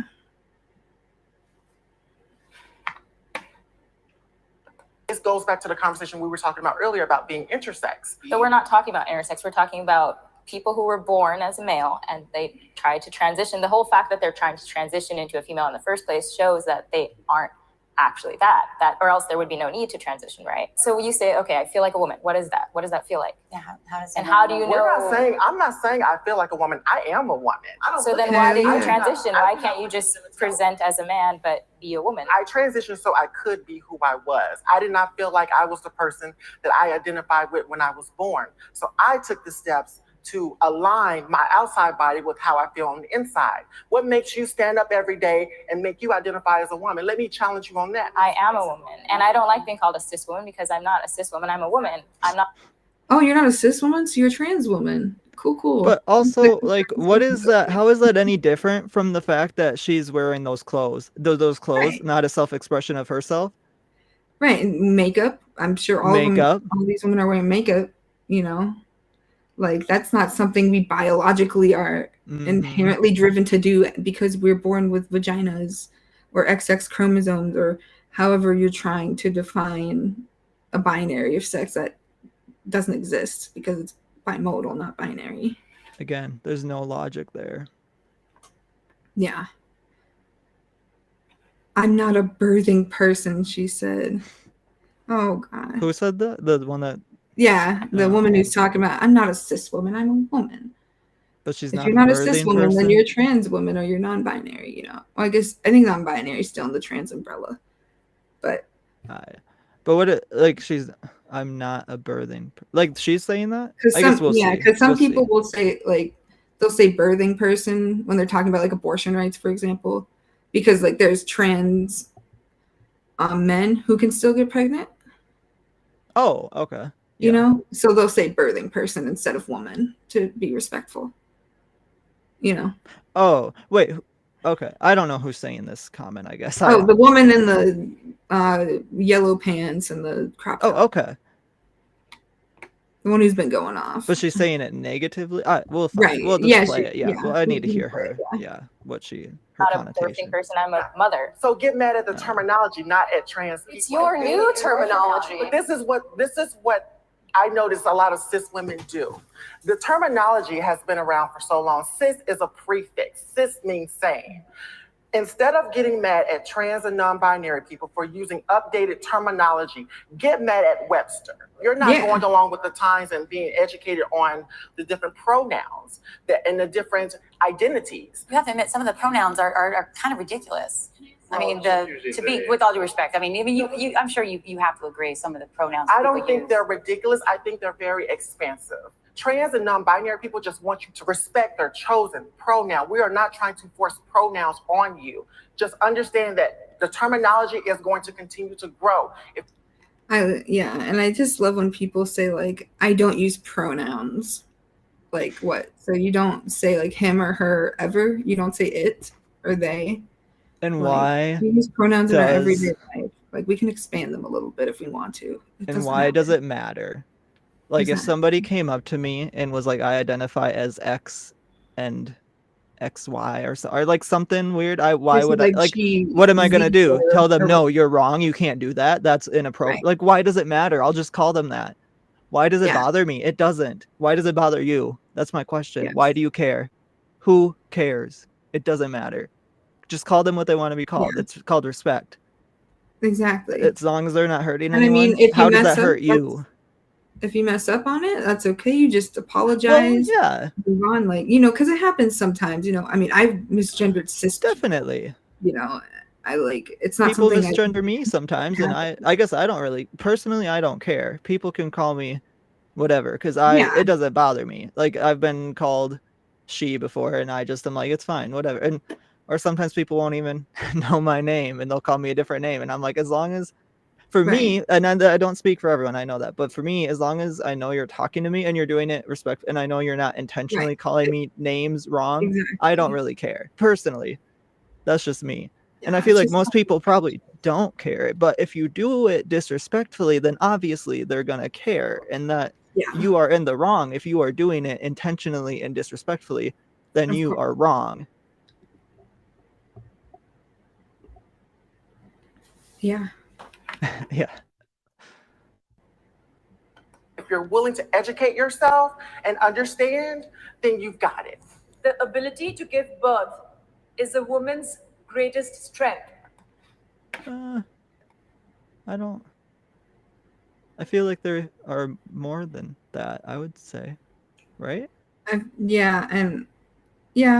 would say I'm not discrediting giving birth, but I don't think it's the only thing that women are for. I think in terms of physical strength, I would agree, because it does take a lot of physical ability to give birth as a woman, you know. But like in terms of, you know, maybe mentally, psychologically, I would say it depends on the woman, I guess. Most women, I would assume, have personality strengths that are more valuable than being able to give birth and being a baby cannon. And I guess it's not even about being more valuable one or the other. It can all be valuable. But I guess to me, that question makes it seem like giving birth is above everything else. But to me, I would say it's equal. Like if someone wants to go be a boss, a CEO, like to me, that's just as important as giving birth to them. If that's important to them, if that makes sense. Like it's all about. It can be more important sometimes. You know? Yeah, if that is more, and that's okay too. It's whatever. Right. So it's whatever the woman. Or any person. It doesn't have to be like, and like we're talking about women here. I was here. gonna say, like, it's not, you know, there's trans men that can give birth. So I wouldn't only include it as a woman's thing, but like if you said female, maybe, but like if we're talking about biological sex, but I mean, I think this is more referring to gender and gender roles. Oh yeah, yeah, for sure. Yeah, I would disagree too. Because this has been an interesting panel. Like it's a little more mixed than they usually are. Yeah, like of who sits down. Yeah. So let's see.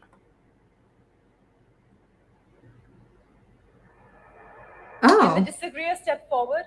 Wow, I'm impressed. They all disagreed. Oh, okay. I'm not able to have children. Oh, okay. So I'm still strong. I'm funny. I'm physically strong. Yeah. I'm smart and I have a lot of strength. I don't believe that having a baby is the greatest strength because not all of us can. True. I cannot have kids due to medical issues from a medical procedure that I had when I was younger. And it's a hard subject to talk about. It's doesn't mean I'm any less of a woman, but can we get another question? I'm sorry. I'm sorry. One of the things that I regret was the fact that I would never be able to do that, but I was honored in the ability to. From the other side, women are amazing. They don't just deal with that. So true. While giving birth is not a woman's greatest strength, I do think that only biological women are capable of going through that process. No one's denying that. Yeah, I don't. That's just most trans women realize they can't give birth. Yeah, I mean, and there could be. I mean, maybe someday advances in medicine that would allow people like to if they wanted uterus? to, and that's I mean that's. Oh yeah. That would be up to people who would. Yeah. And there's also like surrogate mothers you can have. Yeah, and I think isn't there? Are test tube baby like can't? Yeah, like you can take their DNA from like sperm and egg and make like a little baby in a tube type thing. Yeah. Like without a surrogate. Yeah, although I think the surrogate is the easier way to go. I think it's probably like I don't know much about like the having having a fetus outside of a human. I don't know much about that process either. Yeah. But yeah, as of right now, yes, only like biological and there's women who, and but then again, there's also women, biological women who are unable to have a baby, like go through that process too. So like women who've gone through menopause cannot have children, or like all women over the age of 60 just not women anymore. or like that one woman in the panel who had that medical procedure that So like, there's medical things that get in the way too, for sure. And just what's that? And like being word? infertile. Yes, infertility. I don't know if there's a more PC word for it nowadays, but we'll just call it infertility. Yeah, it's not a disrespectful term. It's just I don't think it is. But no.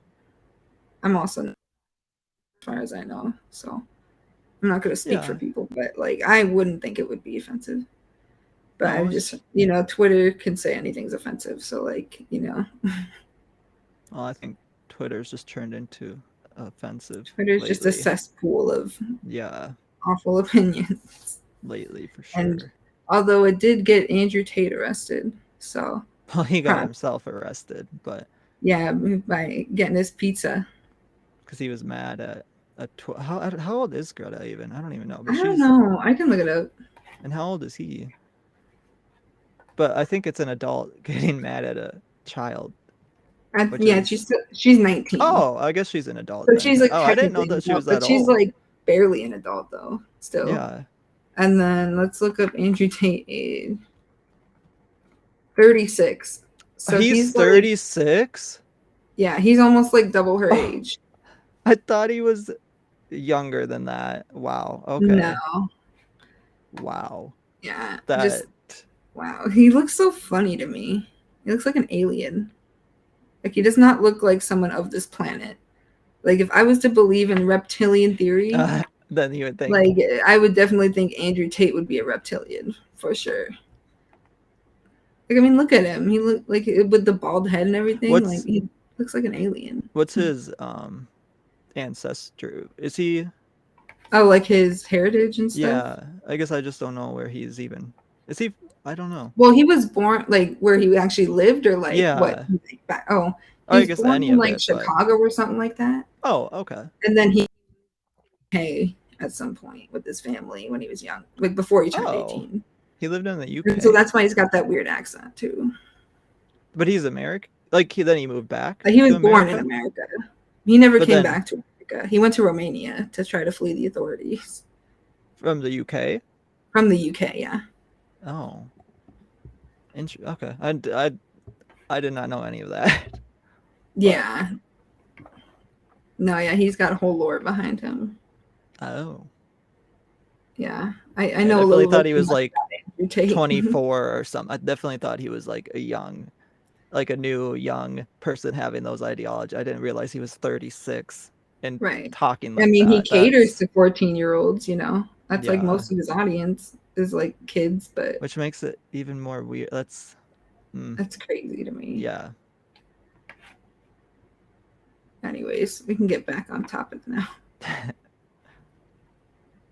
And bringing life into the world. I need to push back on that because we're also forgetting that trans men and trans masculine people can also give birth as well. Yeah. And I don't think it's fair to just set it on one group that says that just biological women have that power to just give birth. And we have to be very clear when we look at the nuances of birth. I recognize that there are people who have different identities. There are biological women who identify as men and then go on to give birth. I would argue, however, that those people are still biological women. And I know that is something that can offend many, but that stands as my belief. So the correct term is actually cisgendered woman. Cis means same. It means that you identify with the birth that you were assigned. And so, I just really, really wish that we would kind of be a little bit more mutable to the terminology, because I think that's what really is going to open up that dialogue and that discussion. That's true. Like if you're not even using the same terminology, like how are you going to have a discussion on this? Yeah, because what does she define as biological woman? Is she talking about hormones or is she talking about X, Y, XX? Talking about chromosomes, hormones, genitals. Like what is she talking about? Genitals is usually what these people end up focusing on. Oh, that's as much as they weird. Say that's biology, creepy. it is weird to focus on people's genitals. Yeah, I like 100% agree. That's a weird look. Like, maybe I guess if somebody, like, yeah, I don't think about people's genitals when they're telling me if they're a man or a woman. That's weird. Right. That doesn't I matter. just think about their presentation, their physical exterior.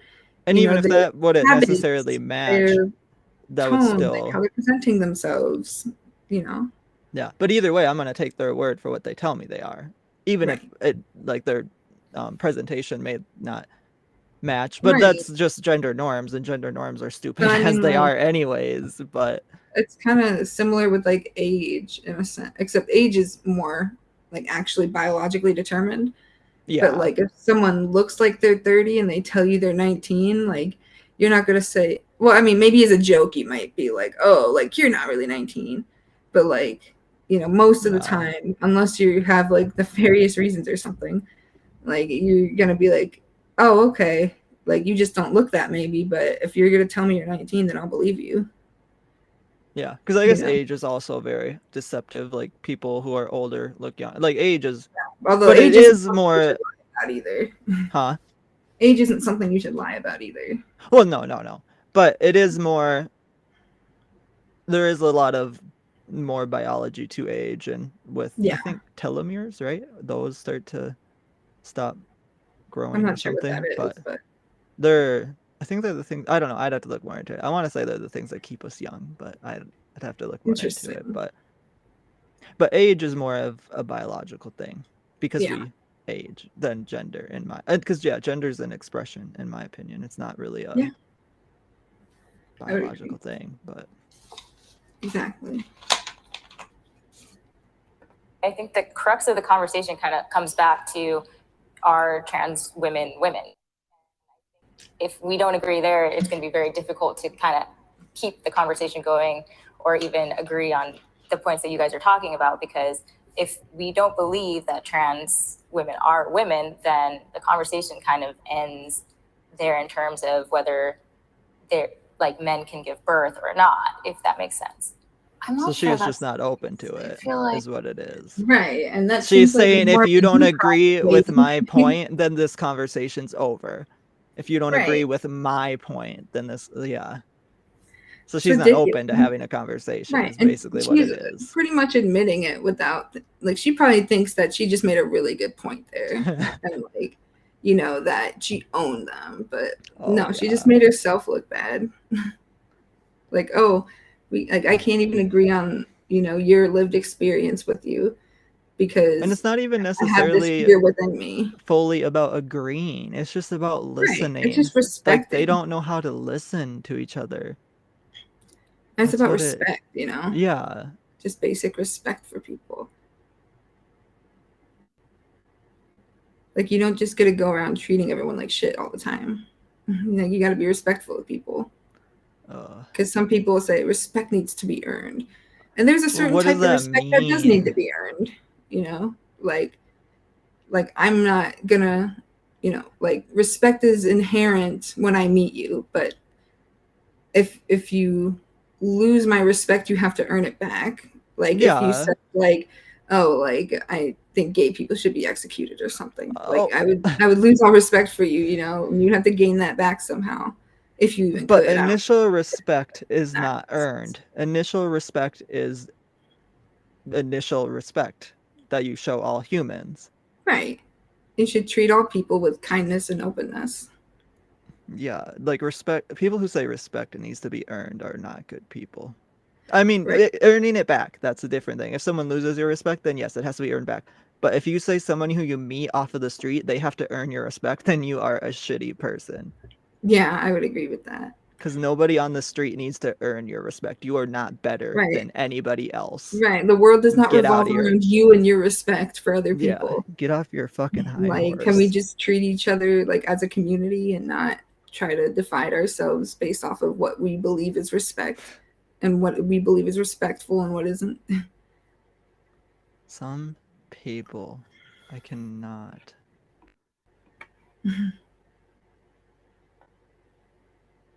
Like, the ability to give birth is not like the end all be all of a woman's like meaning in life and herself and her personality. And I think that if you can acknowledge that, I would also then maybe challenge the idea that womanhood, as opposed to like a female sex, like womanhood is a consistent thing that has always been one way. So how would you define womanhood? You sound like Matt Walsh.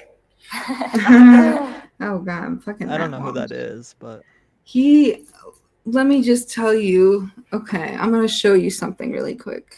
okay. Matt Walsh, Walrus book. I don't want YouTube. I just want to see if I can look at the book here. So, okay, Matt Walsh, he's super transphobic, of course. He made this book called Johnny the Walrus. It's about a kid who wants to transition into being a walrus, and they start feeding him fish, and they do surgery to give him like flippers or whatever the hell. And it's basically he tries to make it a dunk on trans people or whatever. So that's Matt Walsh for you. And he made a kid's book, but Yeah. they're saying that the trans people are indoctrinating kids with they're out there making kids books. Right. And like how PragerU has their kids channel and all that, but that's not indoctrination. A lot of projection going on from that side. There's always a lot of projection going on from that side if we're being real.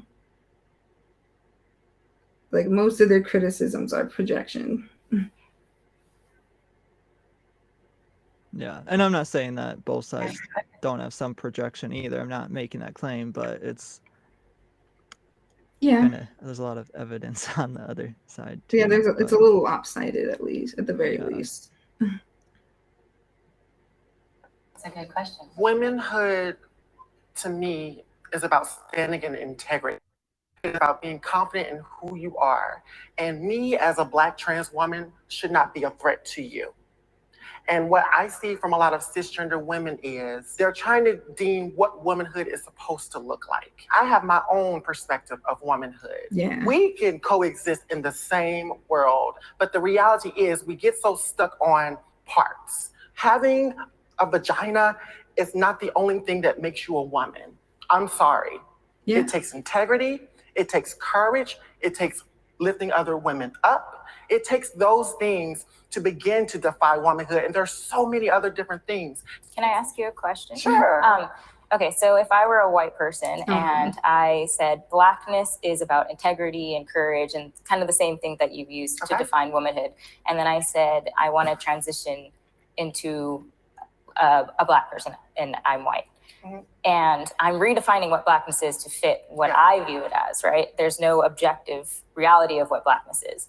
Would you consider that appropriation, or do you think that's something I should be allowed to do? I consider that dodging, and I consider that comparing apples to oranges, because race and gender identity are two separate different things. Because when we look at race, we have to look at many, many different structures of what whiteness and white supremacy looks like and how white supremacy can be manipulated into other things. And what happens is, in proximity to whiteness, you're able to weaponize it against other people. It reminds me a lot of Rachel Dolezal, who, masqueraded as a Black woman. It really did open up many more doors of conversations around it, but it's still wrong. It's still not fair, because she will still ultimately have a privilege that I, as a Black trans woman, would not begin to have. What's interesting is that we're talking about race, or as we probably like to call it on our side, sex. Race actually has a more understandable structure for people being transracial. Race does actually exist on a spectrum. I'm biracial. Many perceive me to be Black, even though I am also half white and half Black. We label people like President Obama as a Black president, even though he is as well. Race has never had binary markers. It does exist on the spectrum. Gender, however, does have binary markers. Why? How is that different? Wait, but okay. Race might not have gender, race. It's kind of okay. They're both social constructs. They're both social constructs. Yeah. But race can have, you could make the argument that ethnicity has the what is she calling them, binary markers or whatever, like the biological markers. Like you can trace ethnicity, maybe not race, ever changing over time. It is a social construct. Yeah. Just like gender is a social construct. But biological sex and ethnicity both have a biological basis. But that doesn't mean we need to judge people based off of those things, and that we need to put them into a specific box based off of those things. Is that not eugenics though? Or like, is that what or is eugenics more of like manipulating genetics? Yeah, eugenics is more about manipulating genetics by telling certain people that they can't have kids, pretty much.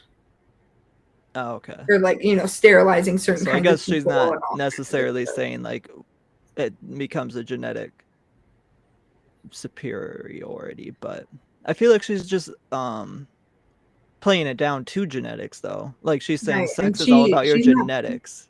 Right. Or like rate or ethnicity is all about your genetics, but she already said she thinks sex and gender are the same thing, so it's kind of a lost cause at this point. Well, I feel like she more so said like she wanted to talk about I feel like she was saying that she would call it sex. Yeah, so in that sense I take it as she doesn't even think gender is like a real thing. She just only believes that sex is. I mean, hey, I'm down for abolishing gender. Like I'm cool we can get rid of gender and people. Like exactly. We don't need to have any of everyone these labels. Can be bisexual and like we don't need these labels. Like let's do it. But if labels help people understand themselves, that's okay. It's just I personally I don't really care for labels for myself, but if people need me to identify as whatever, then whatever. But what? Oh, sorry. The less labels we have, the simpler it is. Yeah, for sure. But labels can be helpful sometimes. I'd agree with that. Yeah. I mean, it's just for if you need to understand, like, I don't know, but we also, like, I do think labels can be hard just because it makes people try to, like, understand who they are when we can just exist. But it's also that if they were to just exist and we didn't have labels, they might still be persecuted because they look different, which is still wrong. Yeah. So it's more so about accepting which includes accepting the labels, just because that is how, as a society, we identify ourselves. Like whether or not I like labels, it doesn't matter because that's what our society uses to identify everyone. It's utilitarian. But it's what? Utilitarian. So like it serves like a use for us. It is useful to have labels sometimes. Yeah. Like for example, if you're a woman and a guy starts hitting on you, but you're a lesbian, you just say, I'm a lesbian, I'm not interested. Oh, I see. Like that's where a label can be useful. Yeah. Just because otherwise if you say don't talk, like I'm not interested, that can be kind of rude too, I guess. And it's not even that it's rude, just like, a lot of guys are really pushy. Like you either have to say I'm a lesbian or I have a boyfriend with a lot of guys. And even if you say that stuff, they still don't care half the time. They'll still try. Yeah. At least with like straight cis men. Yeah. I was like, I don't experience that, but that's just not an experience I just don't have a comment on it because I don't. Yeah. I understand. Or I don't understand, but I'm not discrediting you, I guess is what I'm saying. Oh, but yeah, of course. I don't know that experience, but I believe you, obviously. Yeah. Because you've been through it, so why would I say that you're wrong? Like, right. Exactly. That's exactly what those people are doing in this video. Is saying that they haven't been through this experience, that it's wrong. But okay. Yeah. All right, let's see here. As much as we try, as much as we change the way that we self-present, chromosomes are not going to change. And that's just a reality. All right, so chromosomes. Chromosomes. And there's chromosomal abnormalities all the time, too. Exactly.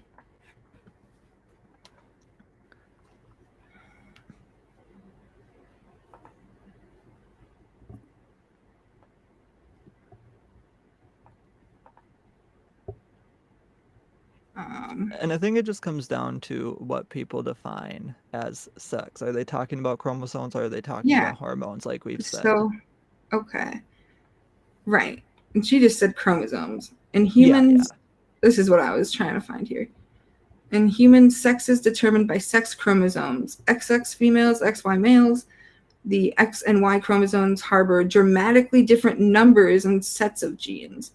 about 1,000 genes on the X and only a few dozen genes on the Y, yet they originated from ordinary autosomes during the early evolution of mammals. So there's basically like a variety of XY combinations you can have. Well, yeah, because my Rett's, when we talked about Rett syndrome, that's an X-linked chromosomal abnormality. So there's a bunch of different, like gene, like it's not like XY means you're a girl, X means like there's so many more things that those genes there's so much affect. variety. Yes, Yeah. and it's not like all of a sudden those genes, I think those are the genes. I guess I know for sure, but I do think those are the genes that determine your external sex characteristics, I think. Yeah.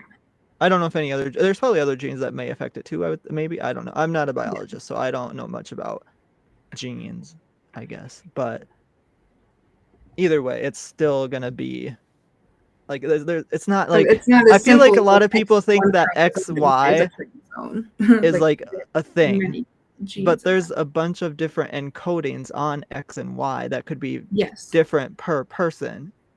Even two people that look pretty similar, they're X and Y. If you looked at it under a microscope or whatever you have to look at genes under, chromosomes under, they would probably look different. Yeah. So they don't matter. They don't fully determine anything. Yeah, but people don't understand these scientific terms, and then they throw them around. And well, yeah, because then they say it's science. Data. But it is science, but it's also science can evolve and change over time too, as our understanding grows. That's the beauty of science as well. So like they're acting like, since we in the past would say XY and XX means female and male, that is set in stone, but it's not. That can change as science can change over and evolve over time. Our understanding can evolve. It should evolve. Yes.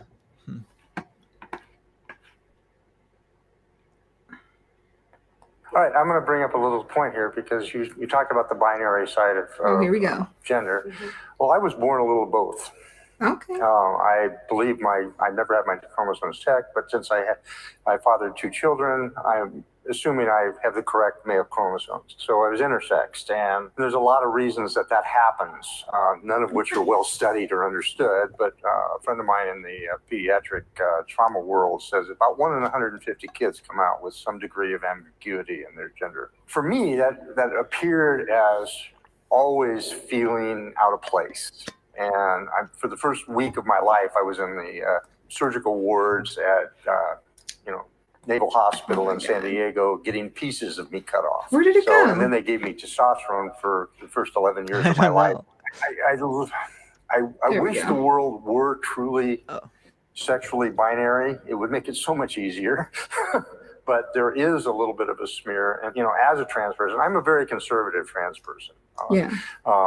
I don't see the huge gender spectrum that a lot of people in the trans community. She just said she was born intersex, but she doesn't see the gender spectrum. I wonder if it's more so like other than identifying as male or female, like if people identify as something else, maybe. Right, like non-binary and stuff. Yeah, maybe. Or even like past those terms, maybe. I don't know. I saw one thing that was like autistic gender or something like that. It was an autistic person setting their gender as autistic, which I thought was kind of weird. But I mean, I'm not, going to take away your right to do that, even if I understand it, I guess, because to me, I don't know. That doesn't make sense to me. But I mean, if they're not hurting anyone and they're not like forcing anyone else to be that way, if that's just how they identify, I guess, and they're not hurting anyone, then whatever, that's fine. Then like who cares? It is what it is. Yeah, like who cares? Yeah, I just don't understand why people get so pressed. It, or even I might even disagree with it, but that doesn't mean I'm gonna take away your right to do that. You still have the right to do that, and like I have the right to have my opinion, and you have the right to feel the way you feel, and that's that. And you're not going to write any laws saying they can't identify. I'm not going to be like, either. Don't say autistic gender, like, like that's not a bill I'm planning on writing anytime soon. Like you don't have to agree with people to give them basic human rights. Mm-hmm.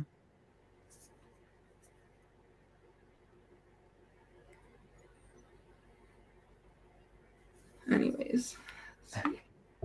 You do. Do I feel better having transitioned? Yes, absolutely. I used to live in a little shell, well, very large shell, but now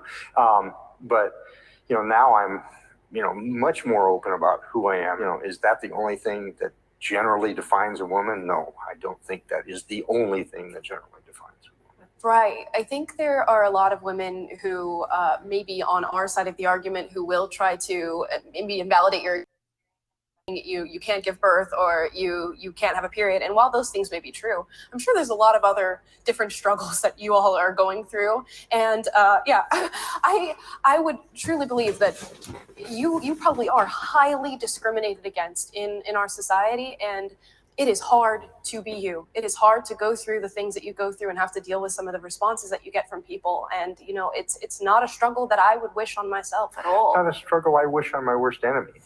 Trans women should be allowed to Ooh. in women's. We can share our answer with the QR code. I wonder if it still works. Can I vote on this? You can try. Open Why is that the only one that had this? I don't know. Try it out. It's just asking me other questions now. I'm afraid of death. Oh. I'm going to disagree. Does it show you the poll then? Yeah, 17 agree with me. Most people said somewhat agree. Oh, okay. But it didn't ask me the question about trans sports. I wonder if it's their most recent video, though. That's either come out, or I guess it probably hasn't come out yet because they probably need to show the results, I would think, right? Right. It'll probably be the next one they do or something like that. Yeah. All right. Should trans women be allowed to compete in women's sports? Absolutely. Yeah. I don't see why not. Because I feel like a lot of the argument comes down to genetics, but that doesn't matter. But we should just do sports by weight class ultimately. Have men compete with women in different weight classes. That seems to be the best solution I've heard. Oh, yeah. I guess then I don't have an answer for it, but I just know that you can't really use the argument that men are going to be, because you're basically saying that all men are going to have the same athletic prowess comparatively, but right. I definitely don't have the same as a competitive swimmer, and if I competed against him, I would lose. Or if I competed against a girl competitive swimmer, I would lose. It doesn't matter that I'm a man. It is about the sport. Right, exactly. And I just think gendered sports classes are stupid to begin with. So I mean, it's just a construct too. Right. So it's, and there are women who are stronger than certain women are stronger than certain men, and certain men are weaker than certain women. Exactly. So it's not, so gender doesn't matter in that aspect. And even biological sex doesn't really always matter. No, yeah, exactly. That's what. And as a general statement, men are stronger than women generally, at least in certain aspects. But there are also certain aspects where women are stronger than men. But not all the time. Not every single. Giving birth, and women have stronger leg strength and men have stronger arm strength. But that's going to vary per individual, I would say, too, personally. Oh, yeah, it does absolutely vary per individual. That's why I say genetics don't really matter. The biological sex genetics wouldn't matter. I mean, the genetics still matter because that's going to determine how strong you are to a certain degree, too. Okay, yeah, but XX not doesn't based on determine XY that. chromosomes or that kind of thing. XX or XY doesn't determine that. The rest of your genetics do, I guess is what I would say. But what, are we going to start making everyone take a 23andMe test before they can apply to be in sports? We'll have to test their genetics to make sure that their endurance isn't better than someone else's to make it fully fair. Exactly. Maybe that's the solution. We'll have to test every athletic person's genetics, and then will have to compete in their with people whose genetics are similar to theirs. Not XY or XX, but the rest of their strength, endurance. I don't know. 23andMe does give you that stuff because I took that test and I took that forever ago, and now I don't remember my login, and I won't let me change it. That's lame. So I can't access my stuff, but maybe I'll just do another one.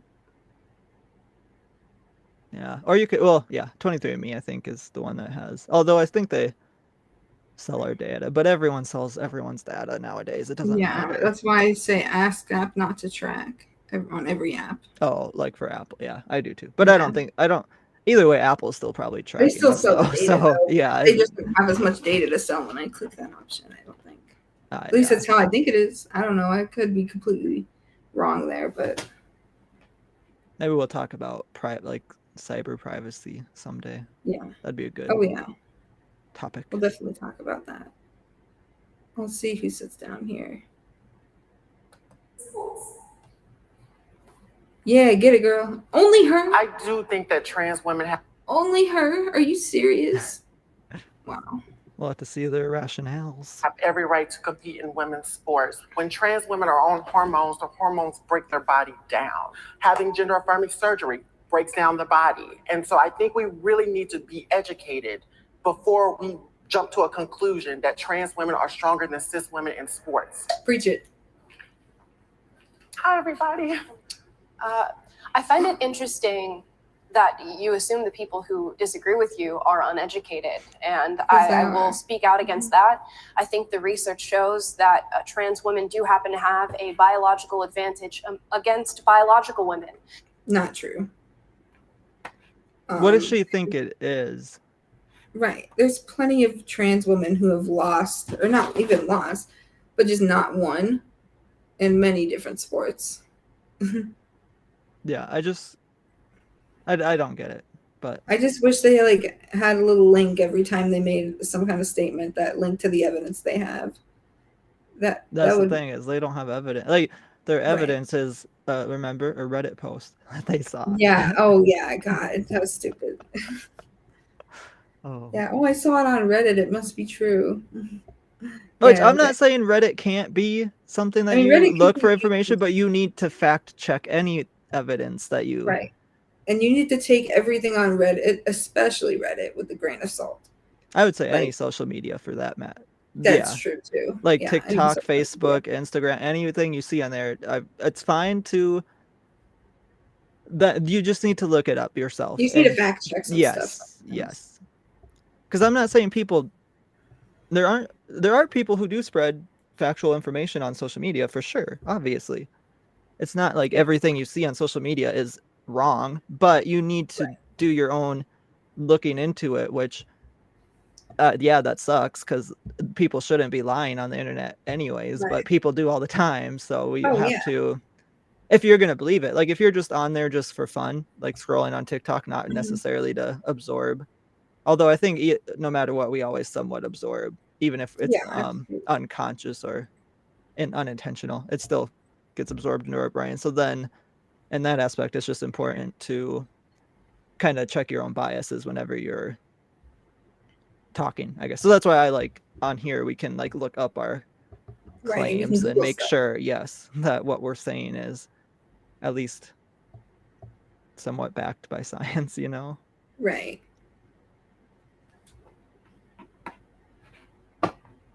Even though you are taking hormones and that does start to change your body and level things out, we're talking about primarily people who have transitioned post-puberty, which means they do have male bone density, male wingspan, male hand size.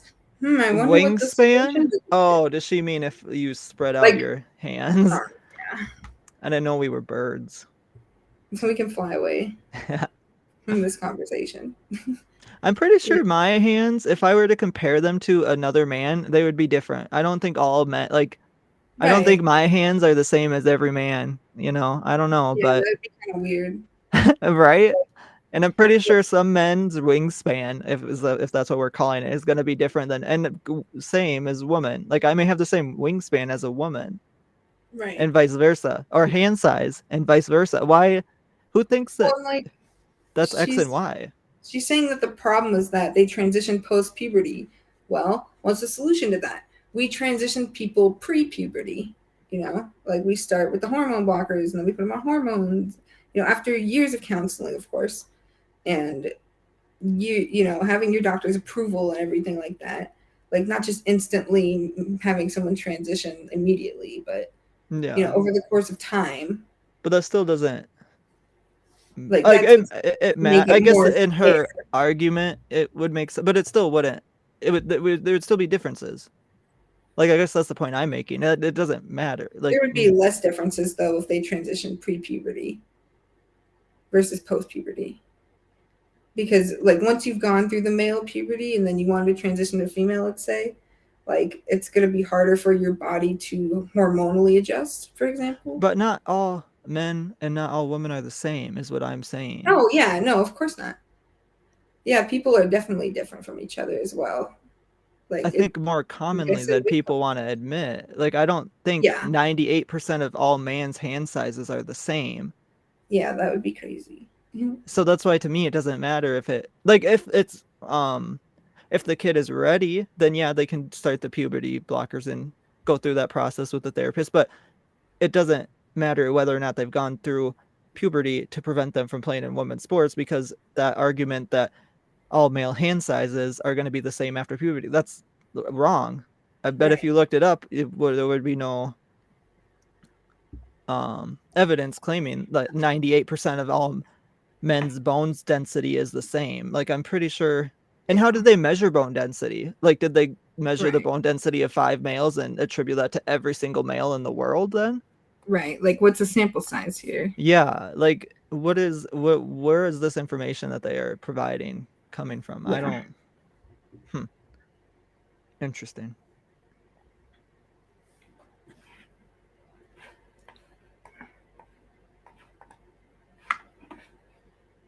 Feet size, lung capacity, all of these things are going against women, biological women, when trans women start to enter their spaces, their sports, and compete against them. And this is really concerning for me. I think for me, it's not a question of whether or not trans women can compete in sports. It's a question of how can we change the institution of sports in this country to make it equitable and to create more opportunity for cis women, for trans women. And like, that's kind of like why I wanted to actually ask you all, like, what has your relationship to sports been?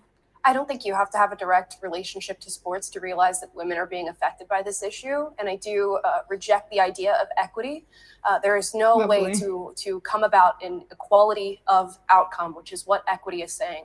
There's a reason that women's sports are less funded and less watched than men's sports. It's because men seem to excel athletically and they seem to press the bounds of athletics. That's not true at all. No. If you want, like, I don't watch a lot of sports, admittedly, but from people who do watch sports, from what they've told me, like, let's take basketball, for example, like, men, they might be able to dunk more, they might have more of that physical ability, but women actually play the game of basketball better, strategically speaking.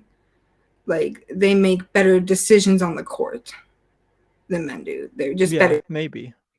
I don't. That's just what I've heard from people who do watch women's basketball. But either way, her comment is extremely sexist. It's like, yeah, of course. She's basically saying that men are better at sports than women, and that's just wrong. Right. Because like, what is she saying, that if I were to compete against you in volleyball, I would be better than you just because I'm a man? Right. When I'd have never played volleyball in my life, and I think you have, I used to haven't play you? volleyball throughout school. But nope, you're a woman, so I would be better than you. Oh, like when I was in rehab and we played volleyball, men against women, like women almost always won. Yeah, like her, it's just illogical. But how do I mean, I know we can't not let people talk and speak their truth, but that's not even that's not real. It's illogical, and she's spreading this, and people are gonna believe her. That's my concern, is that people are gonna watch this video and be on her side. Right. But she's not talking any truth. They're already on her side most of the time. I know, but that sucks. That's basically, those people aren't critically thinking. If you're just watching this and listening to her and being like, oh yeah, what she said is true, then you're not critically thinking about it at all. Yeah. And then I guess I'm sorry, but I guess I don't care about your opinion at that point, because you're not, like, I'm willing to have an open discussion, but like there's just no logic behind any of these statements that they're making. Right. So it's just, I don't know, hard to have a conversation, I guess, because it's but that's why if I ever have a conversation with someone, I would want to be able to look up the facts Yeah. at the time of the conversation rather than after we record the debate or whatever. Right. Athleticism way farther than women do. We now exist on a slippery slope. If it's female sports, is it then female locker rooms? Is it then female prisons, which we're now seeing becoming an issue here in California, where biological male inmates are being put in female facilities because they identify as women. We have to discuss as a society how much we give into the feelings of wanting everybody to be accepted and how much we are willing to do that at the expense of biological women. So she's fine with people not being accepted, is basically what she just said. Oh, yeah, of course. She was like, we have to see how far we're willing to go to let people be accepted. Well, I think we should go all the way and let people... Well, okay, there is a certain limit, I would say. There is a limit. Okay. Obviously, like, pedophilia, no. That's never going to be accepted because that's not... that's a wrong thing because children... Yes, children cannot consent. That is completely wrong. But... that doesn't even, that's not part of like I should say children can't consent to sexual activity. I should put it that way because there are certain things kids can't consent to. Yeah. Like, well, and that's more of like a power thing. That's more of like a power and stuff too, I think, anyway. Right. So it's just inappropriate. It's So there is a thing like we don't sexual. Well, there is some level of sexual attraction, but like it's mostly based on power. Power and control, and it's just so that's wrong. So it's not even of course, but otherwise, like accepting an LGBTQ person, yes, we will go, I guess, all the way with that. And I guess prison is just wrong in general. Prison needs reformed in general. It should be more about rehabilitation anyways. So how about we talk about that rather than locking people up in cells and caring about whether or not they're the right gender, I guess. And like also when you put trans people in prisons based off of their biological sex instead of their gender, it's the same thing with the bathrooms. They tend to be assaulted a lot more in those cases than when they're in a gender affirming environment. Yeah, and that makes sense. Yeah. Especially like with the sexual violence, because of course think about it logically, you're in a prison and like there's a woman in your prison, like one woman, and like you haven't had sexual contact with a woman in how long, and like it's also a power dynamic as well where you want to assert your dominance and you always want to be you want to be as powerful as you can when you're incarcerated, because you don't want people to take advantage of you. You don't want people to just use you or whatever. Like you want to have that power. Like it's a lot more necessary in that environment, I would say. But like I'm not saying it's necessary to sexually assault someone. That's always wrong. No, I know. And I think that just happens in male prisons regardless of whether or not there's like a trans person in there. Happens with like men on men type stuff. Like gay for the stay is what they call it. Oh, is that a thing? Oh yeah.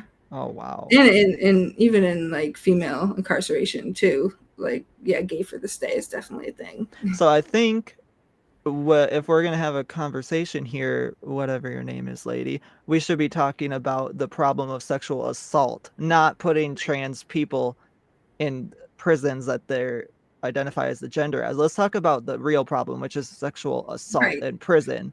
It doesn't matter whether or not I mean, trans people should be in the correct prison.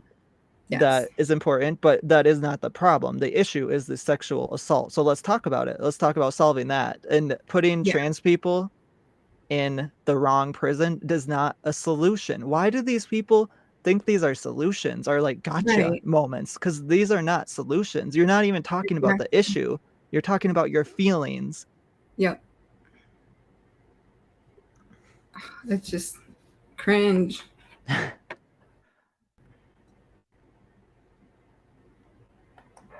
I use myself as an example.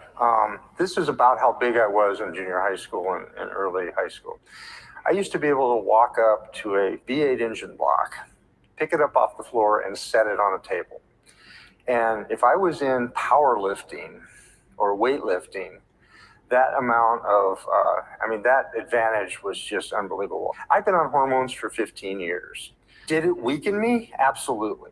Did my bone density really hasn't changed? My muscular hasn't changed. And this is not a binary question. There's a lot of nuances involved.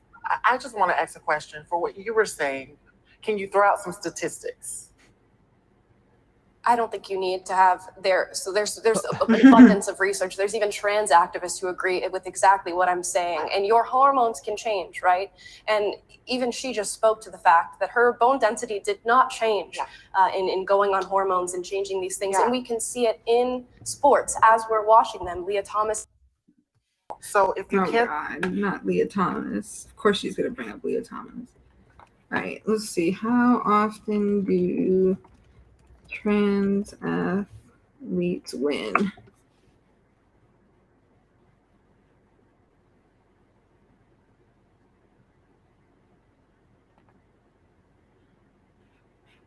Forbes says trans women who transition before male puberty do not have a performance advantage. Sorry, hold on. What'd you say? I'm trying to find data though.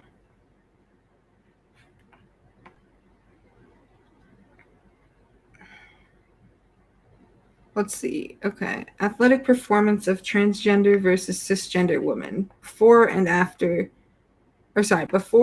2 years after hormone therapy. So I guess the hormone therapy it's pretty important, I would say. It's important regardless of if they're an athlete or not. But push-ups. Before, they had a 31% advantage, and after the hormone therapy, no advantage. Running, 21% faster, and 12%. Oh, that's all they have. Here, I have something, because I keep sorry, pardon my French. I don't know, it's not even French, but why do we say pardon my French when we swear? Anyways, so I have a thing because they keep bringing up bone mass and bone density. So genetic factors play an important role in bone mass.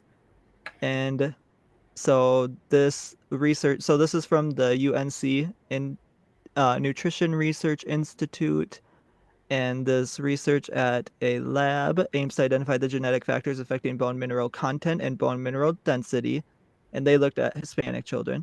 So using data from the Viva La Familia study, a study consisting of 1,030 Hispanic children aged 4 to 19, enrolled from 319 families in Houston, Texas, the lab conducted genetic analysis to identify the chromosomal regions that may be influencing bone mineral content or bone mineral density.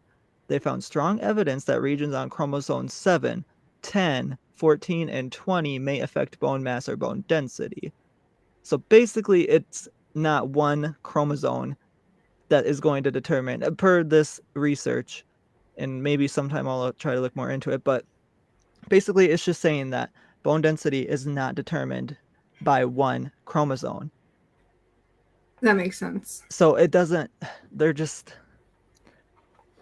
just frustrating that they keep trying to say that all men are going to have better bone density than women or vice versa on any of those things that they keep bringing up, because it's not true.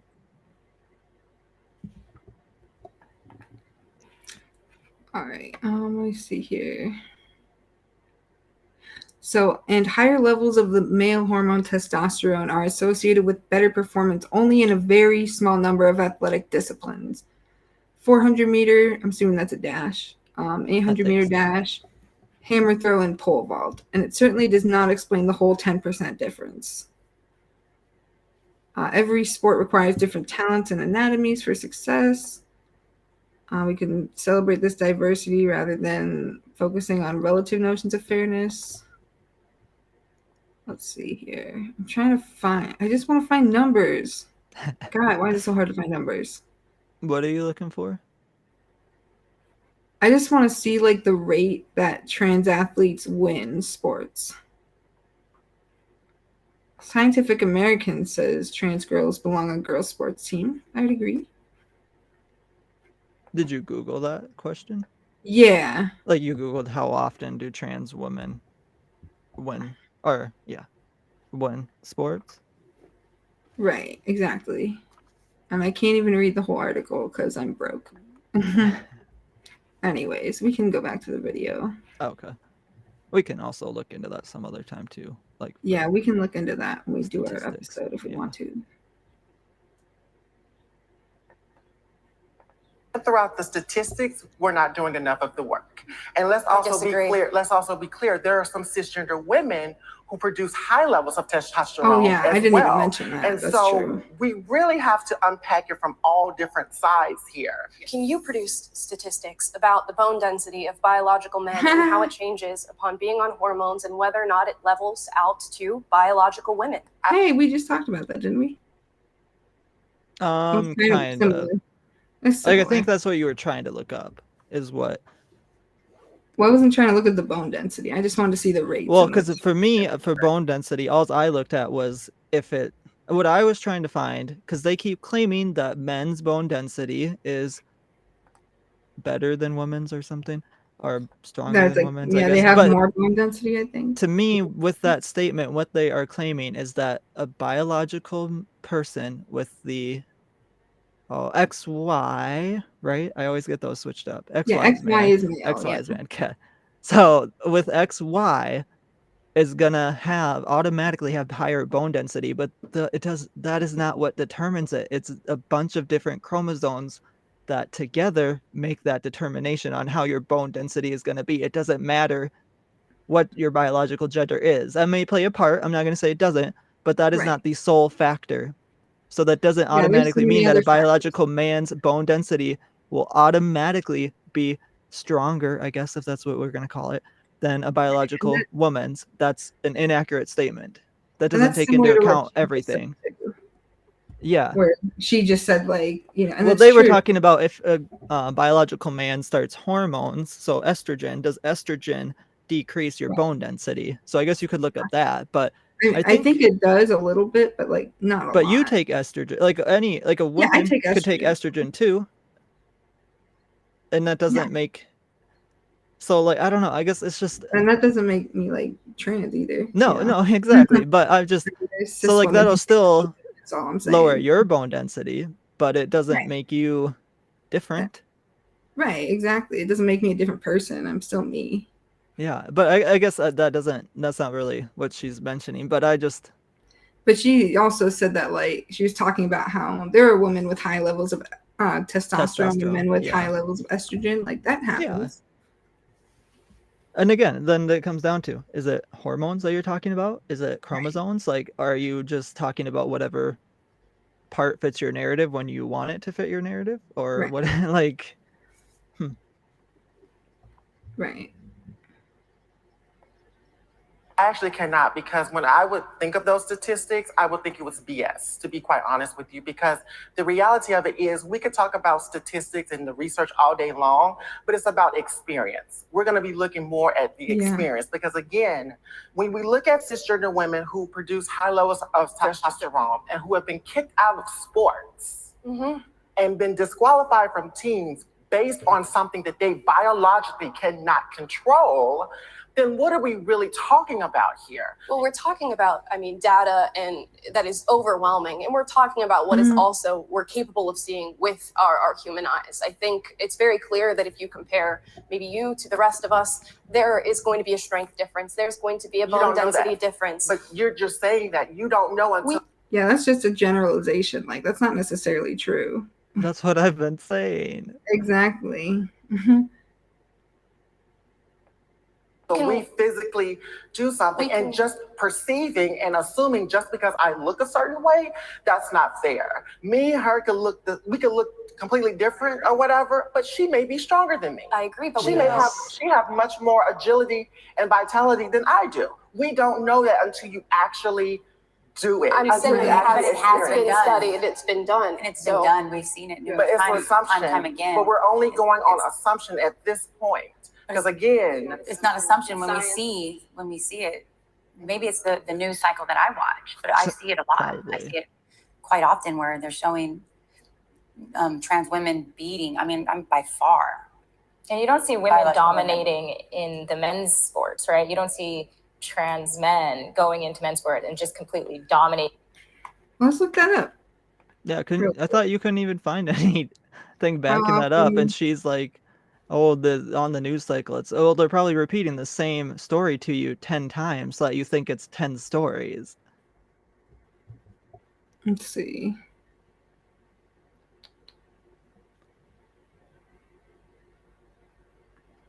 It's just talking about women's sports. Yeah, that's what she's talking about, I think. Like trans.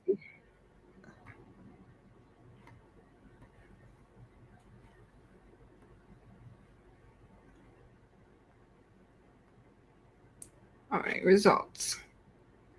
Let's see. This is one study from the National Library of Medicine. In relation to sport-related physical activity, this review found the lack of inclusive and comfortable environments to be the primary barrier to participation for transgender people. This review also found transgender people had a mostly negative experience in competitive sports because of the restrictions the sports policy placed on them. The majority of transgender competitive sports policies that were reviewed were not evidence-based. Interesting. Currently, there's no direct or consistent research suggesting that transgender female individuals have have an athletic advantage at any stage of their transition. And therefore, competitive sports policies that place restriction on transgender people need to be considered and potentially revised. Interesting study. I'll have to read more of that later. Oh my God. Leave me alone, notes. Okay, here we go. And wiping the field with them. This is what happens when you, in my opinion, twist God's design. When you go against God's design, you create these problems that you wouldn't have if you weren't going against what God intended. I'm going to take your side a little bit. Say one more thing, and I'm supporting you on this one. There's a great deal of women and actually there was a lady in the last Olympics that they actually disqualified until she went on androgen blockers to knock her testosterone down to a female level. Like I said, this is not a binary yes or no question. And the whole idea of messing with what, God puts up, God put me up, okay, if you want to take that. And I had this conversation with a very religious man in San Diego, and he was like, oh, I don't quite know how to deal with that. And God made you that way. But he didn't make a lot of the people transitioning. I understand. But God also understands. How do you know what God did? Like, how do you know what God's intentions are? And you're just projecting your own intentions onto God. Like, that's what a lot of religion is a lot of the time. I have an issue with any type of discussion like that because Christianity is not the only religion.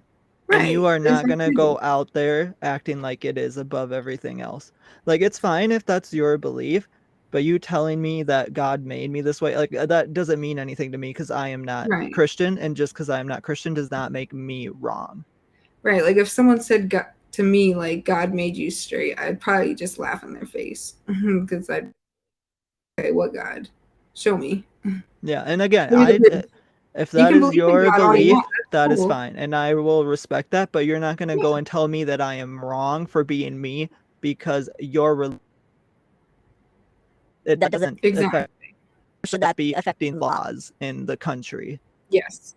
Because again, Christianity is not the only religion in America either. And it shouldn't be. There shouldn't be a dominant religion. It should be a diverse country. So I don't know. It's just... Yeah, that argument to me just is already wrong because, like, if that is your argument, what if we do find proof that it is just a mythology? Then what? All your arguments are going to fall flat, and ultimately because you based it all on this. Ultimately, if you're an American and you're trying to push your religious beliefs onto other people, that's just like a really unpatriotic thing to do. That's just a really un-American thing to do because the whole point of founding America was religious freedom, pretty much. Well, I wouldn't say that was the whole point. That was just a big... it was a big part of it, though. I mean, maybe it wasn't the whole point. I might be speaking in hyperbole here, but... I would say it was a big philosophy of theirs. Yes. But I think they founded it for... like their own, because they wanted to get away from British rule. Yeah, and they wanted their own land, and they wanted to have their own taxes. But freedom from religion was a big philosophy of theirs. Oh yeah, absolutely. A big It's tenet of the founding of a America. huge part of the Enlightenment era in general. But Yeah, especially yeah. the founding of America. But I like this statement. God understands my transition. 100% would agree with that. Definitely. If it's 100% real, then yes, he does. Or Yes. she, he, it. She, he, whoever God is. Yeah, whatever it is. My transition, God, first of all, knew what I was going to be in my life. God already knew I was going to be trans when God put me here. So I don't think it's fair. I don't think it's fair when people dip and dab. Your relationship with God is personal. Yeah. It's sacred. Let's And keep I it don't there. think it's fair when other people dib and dab in other people's relationship with God when they don't understand what they go through. God still blesses me as a trans woman. God blesses you as a cisgendered woman. God is embodied in me as a. I don't think it's fair, again, when we judge people's personal relationship with God. Gender identity, sexual orientation, none of that matters to a God that loves all. Gender dysphoria is real. Is gender dysphoria real? I don't know. I'd have to see the data on this. I think it is real, but I'm not going to claim that every trans person experiences it, because that would be wrong. Because if there is a trans person who says I don't experience gender dysphoria, then that's their experience. They don't experience that, but it is definitely an experience. If someone feels their gender is wrong, because isn't dysphoria? We talked about dysphoria. Yeah, dysphoria is basically just feeling like uncomfortable. Yeah, it's like an uncomfortability.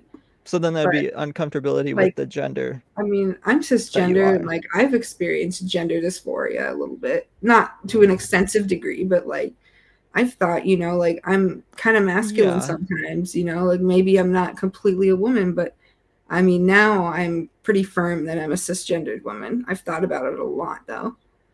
Like, not that I was never to the point where I was actually considering transitioning. I was never that, you know, I was never to that point. But like there were times when I questioned my gender identity for sure. And yeah, I agree with that then, because I feel like gender dysphoria doesn't automatically mean trans either. Right. Exactly. Like I guess I don't think, not off the top of my head, that I've experienced it, but I can see how people can experience it but not be trans. So I don't think that transitioning should be pushed on gender dysphoria, but it should be talked about. That's when, because dysphoria is more so therapy.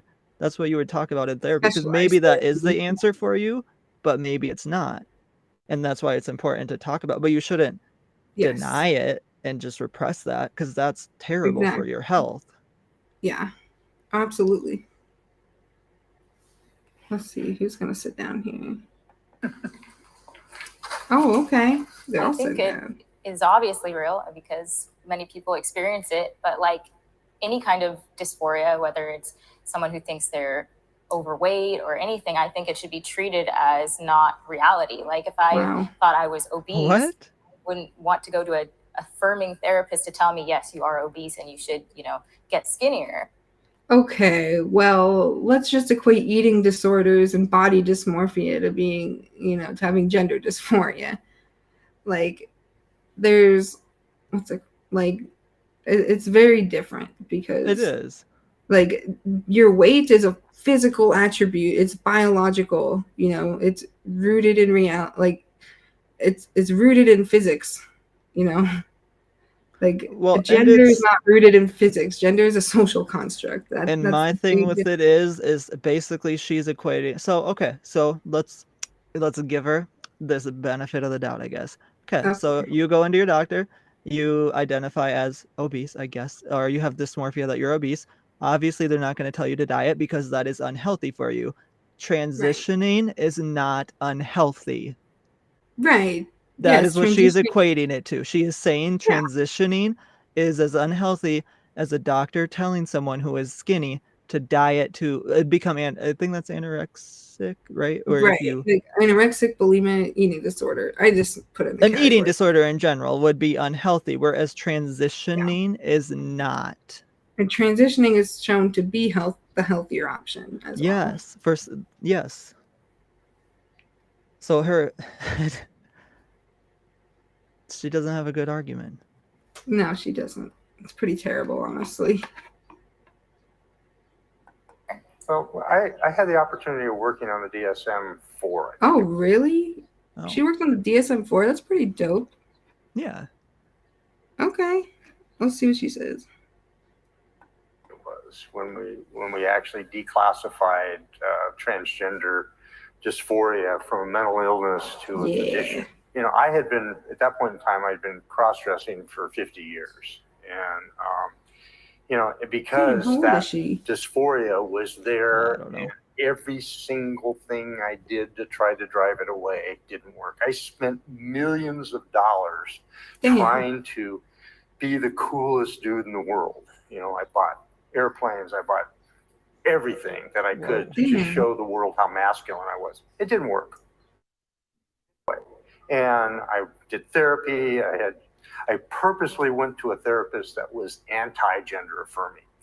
And literally he said, you need to do this, you know, and because it was so deep seated. Spent 6 weeks as Gina with my son.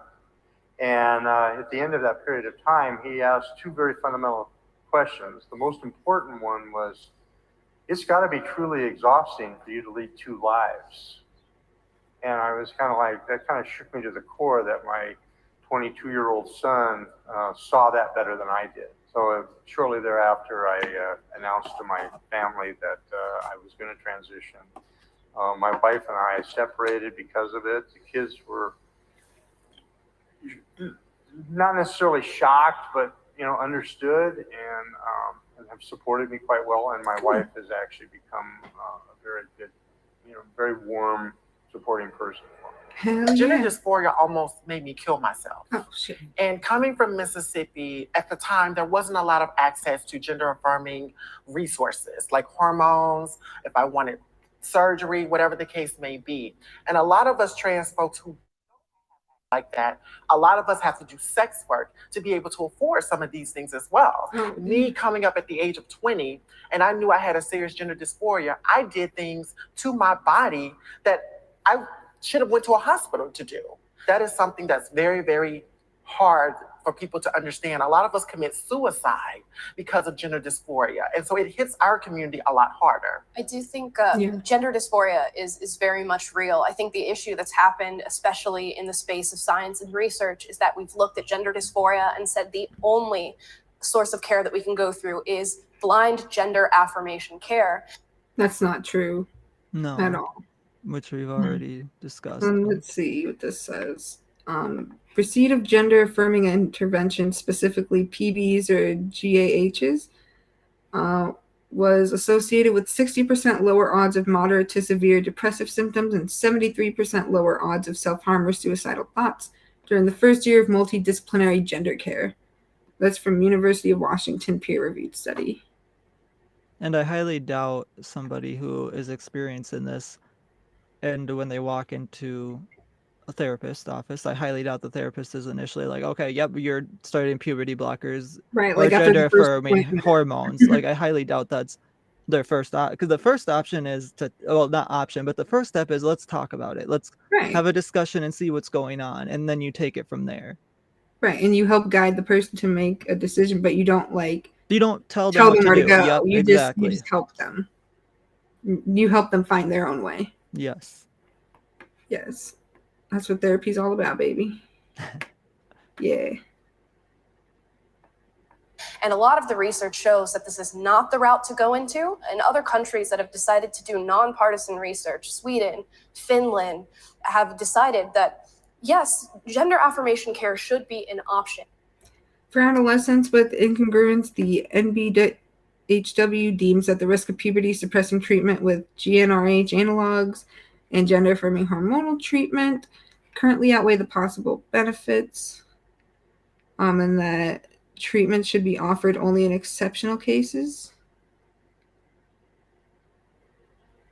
Interesting. I don't see what the risks. I don't know what GnRH analogs are. I don't know if those are hormone blockers or if that's a type of hormone. Let me look that up. I want to say gonadotropin, but I don't know. Oh, gonadotropin. Okay.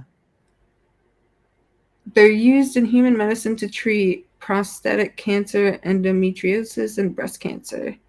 What does it do, though? We temporarily switch off ovarian activity. This switches off the production of hormones and thus periods for the duration of treatment. Oh, it's a hormone blocker. Oh, okay. Is that what puberty blockers do too? Like pause the hormones, kind of turn them off for. It's like a puberty blocker. Yeah. Because those are mainly just used until like to kind of give you time to decide, right? Yeah, exactly. Or like to think so that your hormones don't like start. Like it just gives people time to go through the therapy sessions that they need to go through before hormone and puberty takes over. So, oh, but this is prolonged therapy. Oh, it's agonist though. I'm looking for the analog.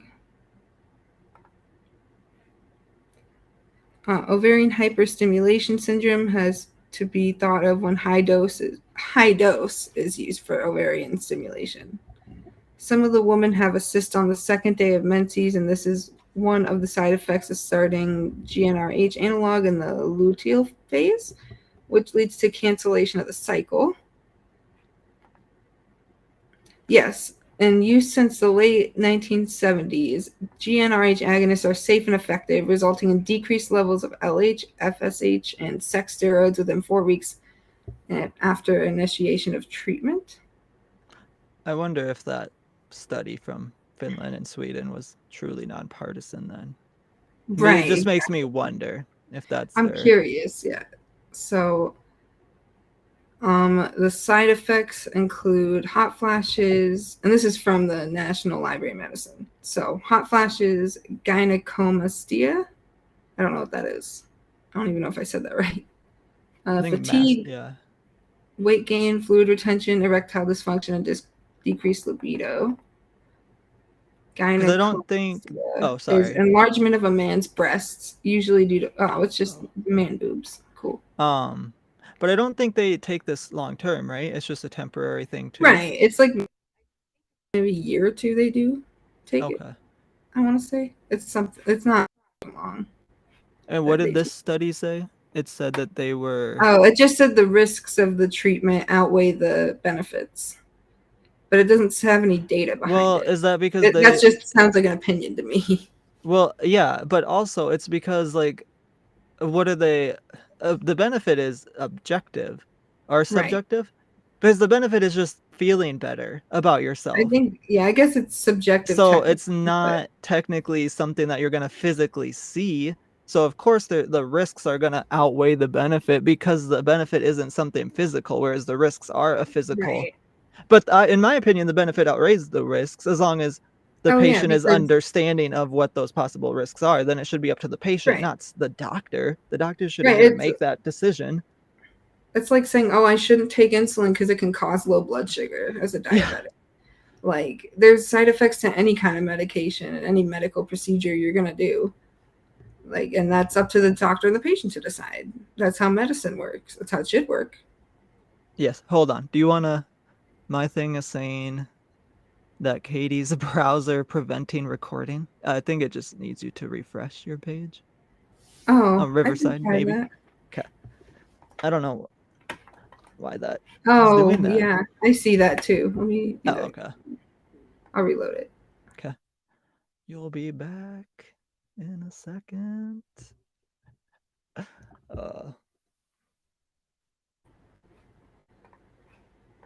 You're back. I'm back with my screen. But you'll have to share your screen again. Yeah. Okay, you got it. You know the dealio. The drill here.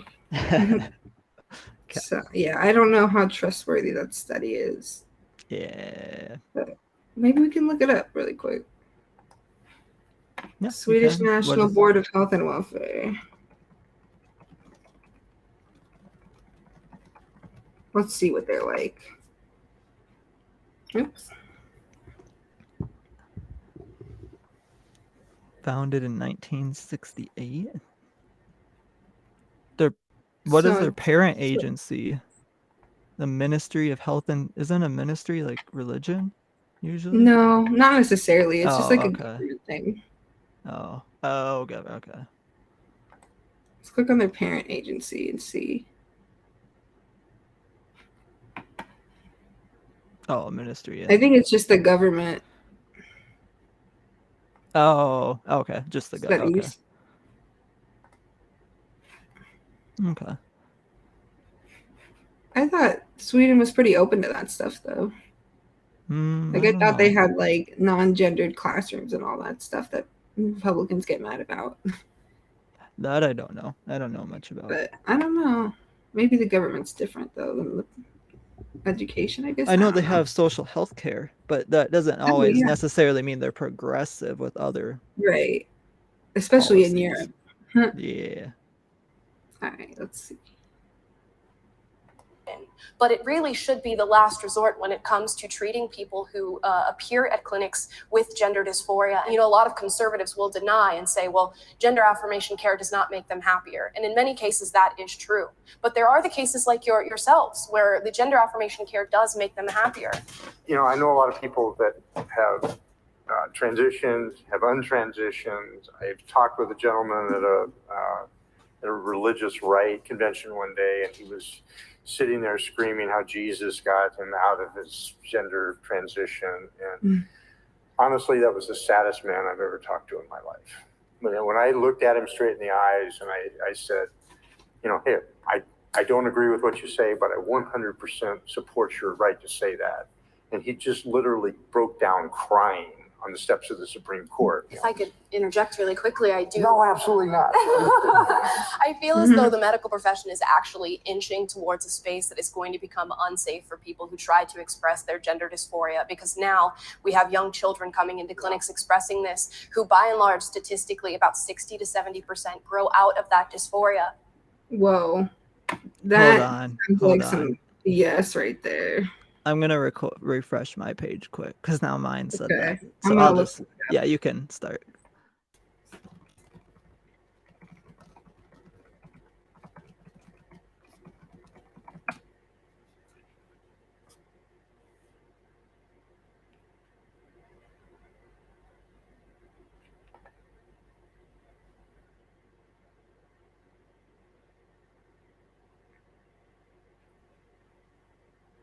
I am back.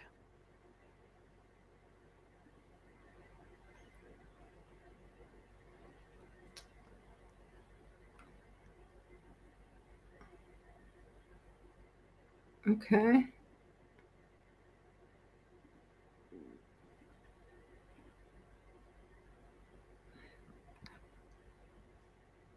Interesting. This one says 94% of children will grow out of their transgender identity. Oh, that's just, yeah.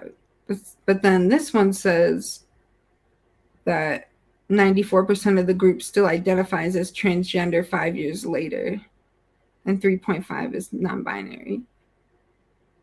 Let's see PBS. Let's see what they have to say. Pretty trustworthy.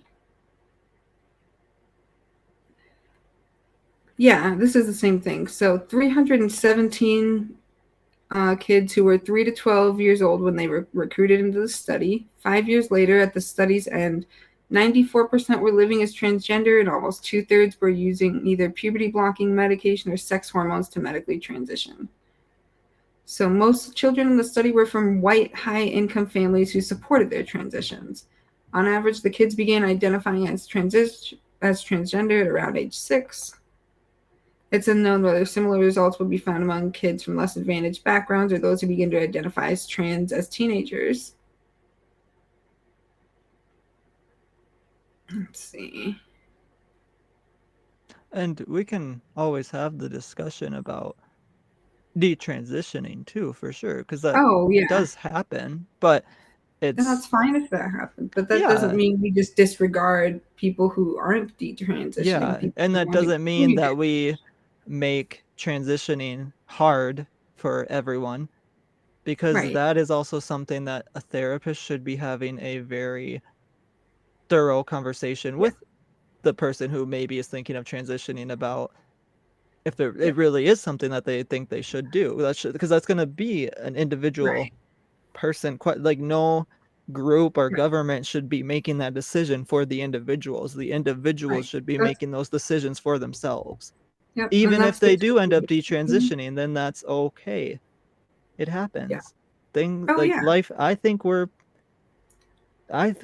humans are like we're fluid in a way, you know? We kind of change throughout time, and that's okay. Oh yeah.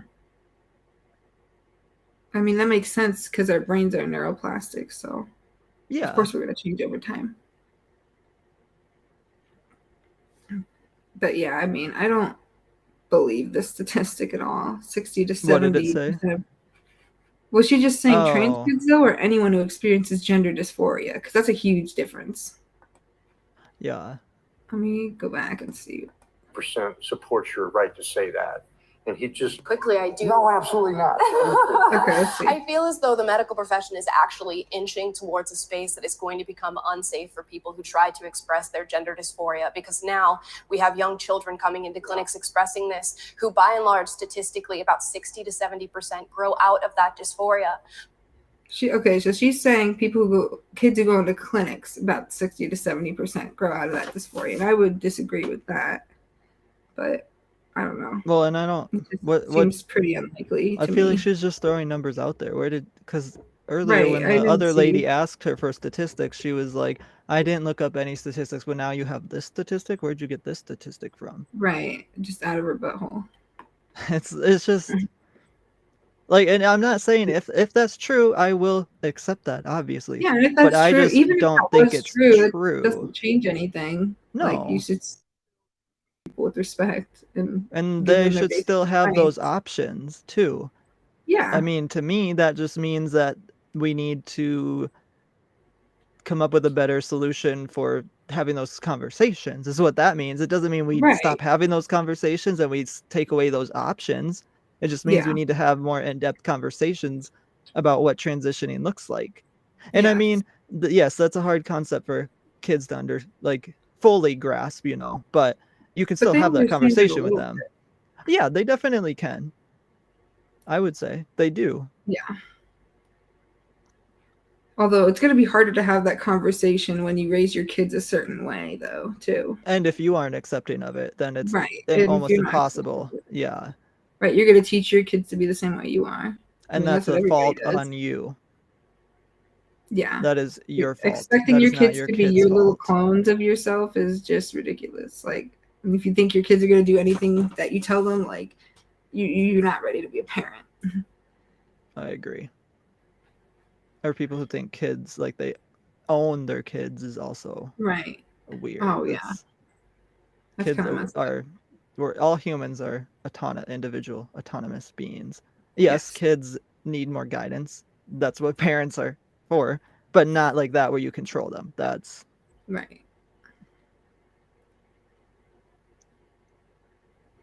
But because it's become a political issue where many activists have come in and say, no, you blindly affirm, affirm to the furthest extent that you can, rather than going through a more comprehensive process with these children, we have what I think is a medical tragedy happening against young people in this country. I have been sexually harassed. I think they're all going to step forward. Yeah. I mean, they're all women, so of course they're all going to step forward. Yeah, I think in our society, it's so sexualized, everyone and everything. And I think we owe a lot of that to pornography. Stop. I mean, people were sexually assaulting people way before pornography existed. And they were doing it way more back then, too, because they could get away with it. Yeah, it's just like those things. It's like where there's more gay people. It's not because there is more gay people. It's because they're able to be out more. But with that, the sexual assault, it's not necessarily because there are more sexual assaults. It's because we are catching them more. And especially with social media and the internet, like, obviously everybody because I feel like in that our vein or whatever, like, if before the internet, if there was a sexual assault in Texas, how would I in a different state know about it? because my local news probably wouldn't report on it, whereas I don't know, it's just, and because they are probably being reported more, or maybe they're, I guess I don't know, but I would hope that they're reported more, but we also don't treat them like as strictly as we should be either. Like we let them get off with like a slap on the wrist, but that to me just says that if you do that, then you're just going to get a slap on the wrist, which is not a good deterrent. Right, and it was going down for a while, and then something happened in 2012, I think this is, and then it spiked up. But that's just reported ones. I guess they only can know reported. Yeah, this is reported forcible rape stats in the U.S. from 1993 to 2020. I think this going up might have been when the Me Too movement kind of started. Oh, so maybe they started reporting more. So it's not necessarily that it happened more, but they started reporting more. I guess that's not a, like, I'm not going to make that claim for sure because I don't know, but that just is a theory I guess I have. Where did it go? Here. This is from 1973 to 2003. Rapes per 1,000 people. The rate just drops dramatically after 92. It's kind of going up and down before that, but yeah. And what year did Anita Hill happen? I don't know.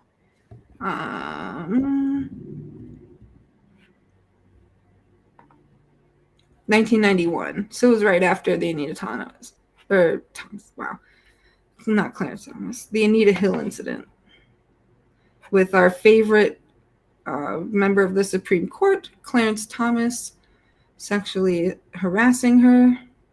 Very lovely. Very nice. And I don't think it was because of pornography. Just pointing that out. No, definitely not. I mean, there's plenty of people who watch pornography who don't go around sexually harassing people, so. Yes. Just saying. And just media, and I think the kind of acceptance that I do see more so in the LGBT community of, like, you know, sex is great and let, like, everyone talk about it and there's no shame and everyone's just blurting out, you know, but the fact that we're talking about sex doesn't lead to sexual assault.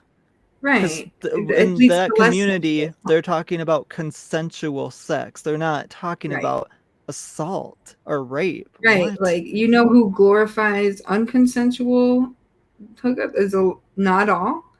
A lot of fraternities, though, of straight cis men who are cisgendered. There's a big culture of, you know, spiking drinks or getting girls extra drunk until they can't consent, things like that. That happen. I mean, it's a lot more prominent of a, I guess you could call it a rape culture. I don't really like that term, but I guess I can't think of anything better to call it, so that's what we use for now. Yeah. Yeah, there's just a culture around, like, sexual assault in some places. Yeah. And it's mostly with straight cis men. It's not involving the LGBTQ community.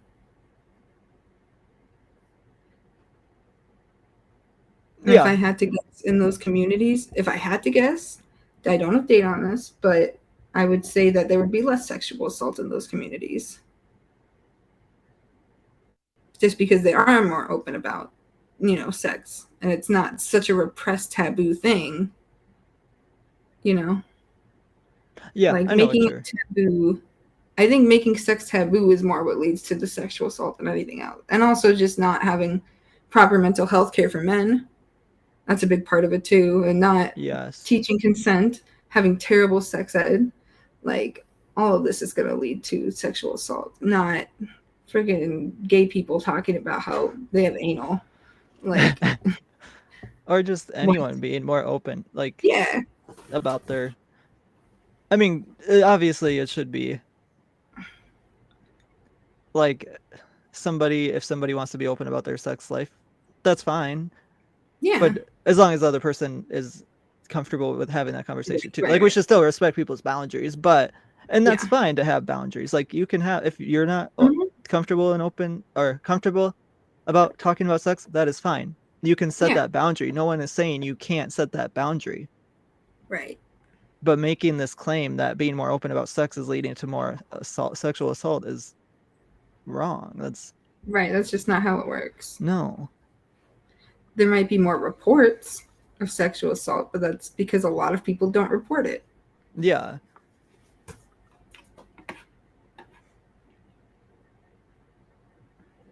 Creating a culture that's, frankly, in my opinion, disgusting. So are you talking specifically about LGBT people? I'm talking more so just about this sexual revolution, that the more sexual you are, the more partners you have, the more open you are about your sex life and everything, the more like what is consent, like people are coming out of the woodwork saying, you know, I was violated, this happened to me, but they like drove home with that person, and I'm not blaming them. Yes, you are. What?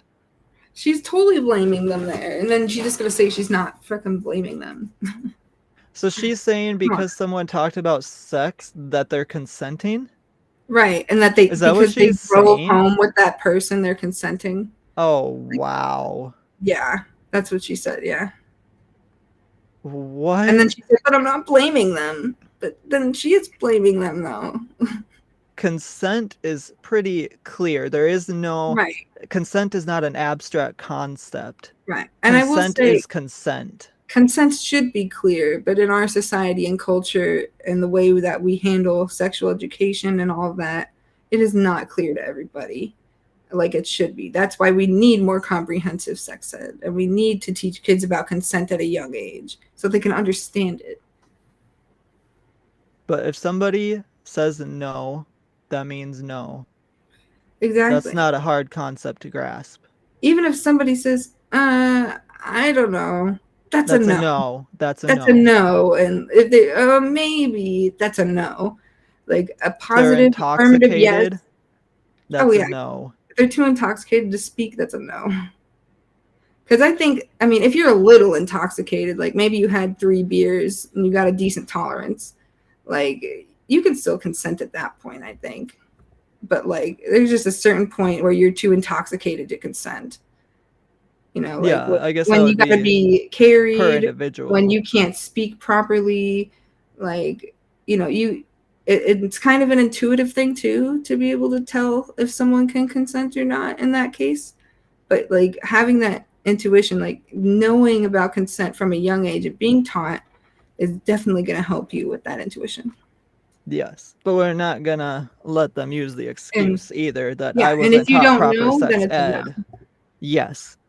If you don't know what consent is, then you shouldn't be having sex until you educate yourself on what consent is. 100%. I don't care if the high school, if the public education didn't educate you on that, that it should, but that doesn't matter. That is not an excuse to use well, I wasn't taught what consent. No, you can do some research and find it out. Right, that is not an excuse to sexually assault people. What? Right. She is on something. Oh, yeah. But I am saying those lines are being blurred because of our just flagrant disregard for any kind of like actual relationship prior to the sexual encounter. And I think a lot of people are being exploited left and right. True. It's not exploitation if you both agree on the same terms. Exactly, and that's consent. Like if you both just want to like hook up and like you don't want any kind of relationship, you just want to hook up and you're both happy with that arrangement, like what's the problem? I don't get it. Like what is the issue you have? It's not exploitation at that point because you're both agreeing to the same set of standards. And if she doesn't want to participate in this sex culture, yes, exactly. Don't talk about it. No one cares. Then don't talk about sex if you don't want to talk about sex. No one is forcing you to talk about sex. Just talk about something else. Like, yeah. I don't know, like, but somebody talking about sex to somebody is not consent. If I were to talk to someone about sex, that does not mean that I consent to having sex with them. Right. And I do that is not an excuse to sexually assault someone. I also want to say wearing a certain outfit is not consent either. Wearing No, certain clothing obviously. is not, and a lot of people don't realize that, but it's true. It's the truth. That's, oh my gosh, people. They'll say, "What were you wearing?" Like, That doesn't matter. I was wearing a hoodie and jeans. Like, what the fuck you mean? You know what I'm saying? Like, no, it doesn't work like that because it's not about sexual attraction. Like, sexual assault is about having power over women or whoever you're assaulting. Oh, man. Yes. And sex helps us to recognize when sex is not consensual as well. Like, the more we talk about sex and what consent is, and the more we talk about these things, the better our communication is going to be, and the less we're going to have cases of assault and harassment, because those boundaries and those lines are going to be more clear when we have these types of conversations. Yeah.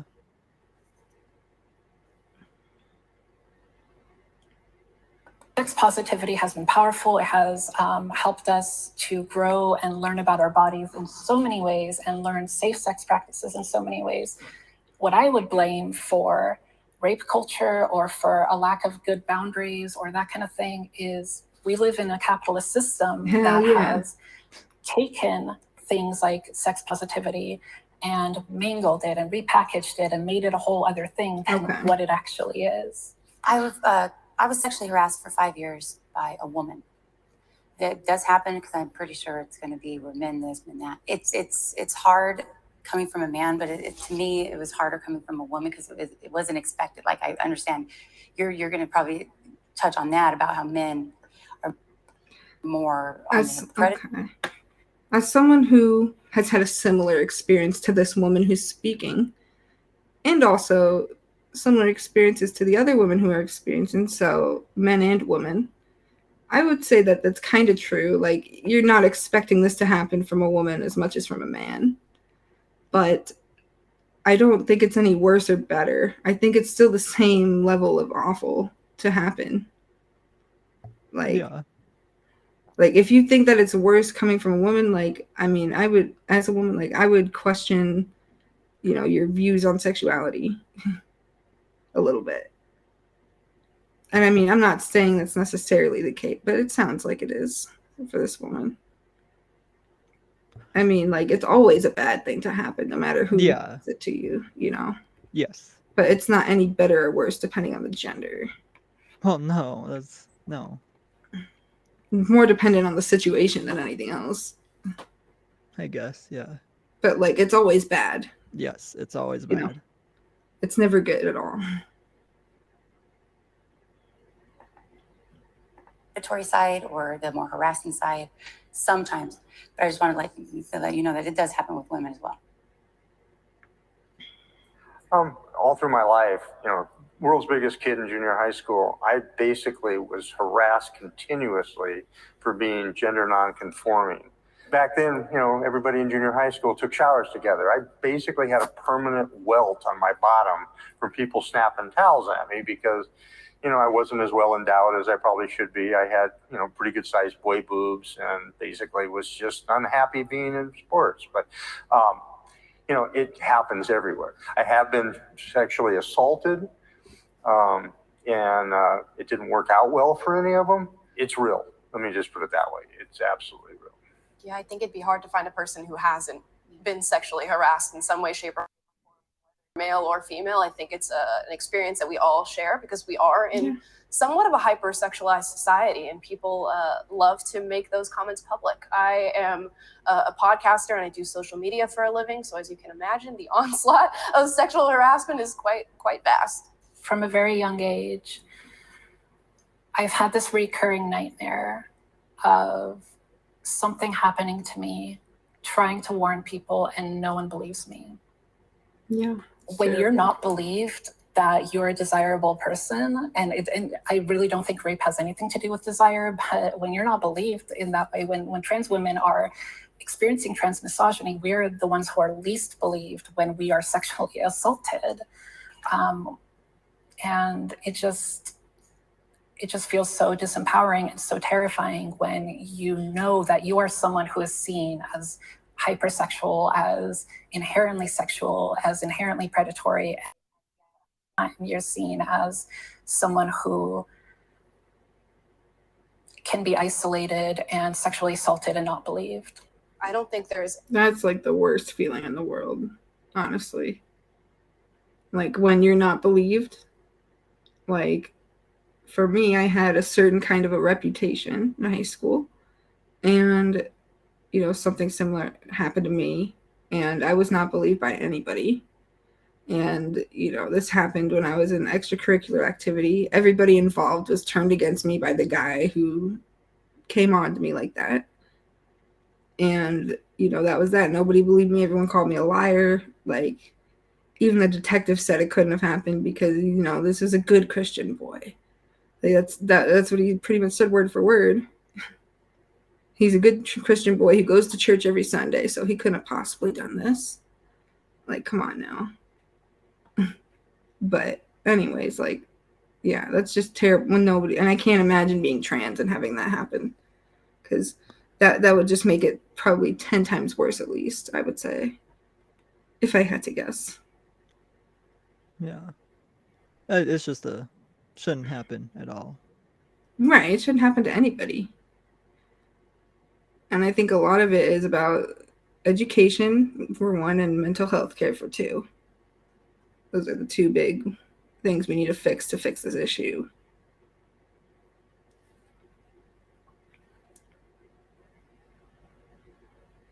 Anything inherently predatory about trans people. And I think oftentimes when we're talking from a conservative perspective, it gets misconstrued as viewing you as a threat. And I hope that that never comes off. And I think that allegations of sexual assault, regardless of who they're coming from, should be taken seriously. We found common ground. I think we agreed on it. We found common ground. Okay.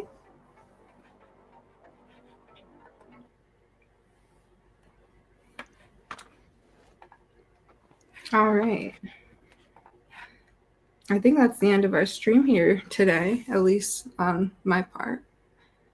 I don't know Yeah, if you're I gonna think put a new is that stream. what they usually try to do at the end is fine. Like, do they end the video when they find common ground? Is that how they usually? I guess No, they just end it after they ask all the questions. Oh, okay. They don't always Okay. find common ground. Like Yeah. the last one we watched, I don't think they found common ground. They usually don't, from what I've seen. What one did we watch again? How We did I watched the already one forget? about with that incel. Oh yeah, okay, yeah. They I didn't forgot find what any it's common called, but ground. I remember the incel. Okay. Yeah. What? They didn't find any common ground. I guess I forgot. I don't think so. Interesting. Not that I remember. I mean, they might have agreed on something, but they weren't all like, "Oh, we found common ground." Yeah. But okay. Yeah, I think I'm gonna sign off for now too. But I don't know. We'll be back sometime. I don't know if it'll be today, but maybe this weekend or next week we'll be back live again. But For otherwise, we always have our Monday through Friday content too on YouTube and Facebook. But otherwise, I still like going live, so we'll do that too. But otherwise, we'll see you guys next time. Yeah.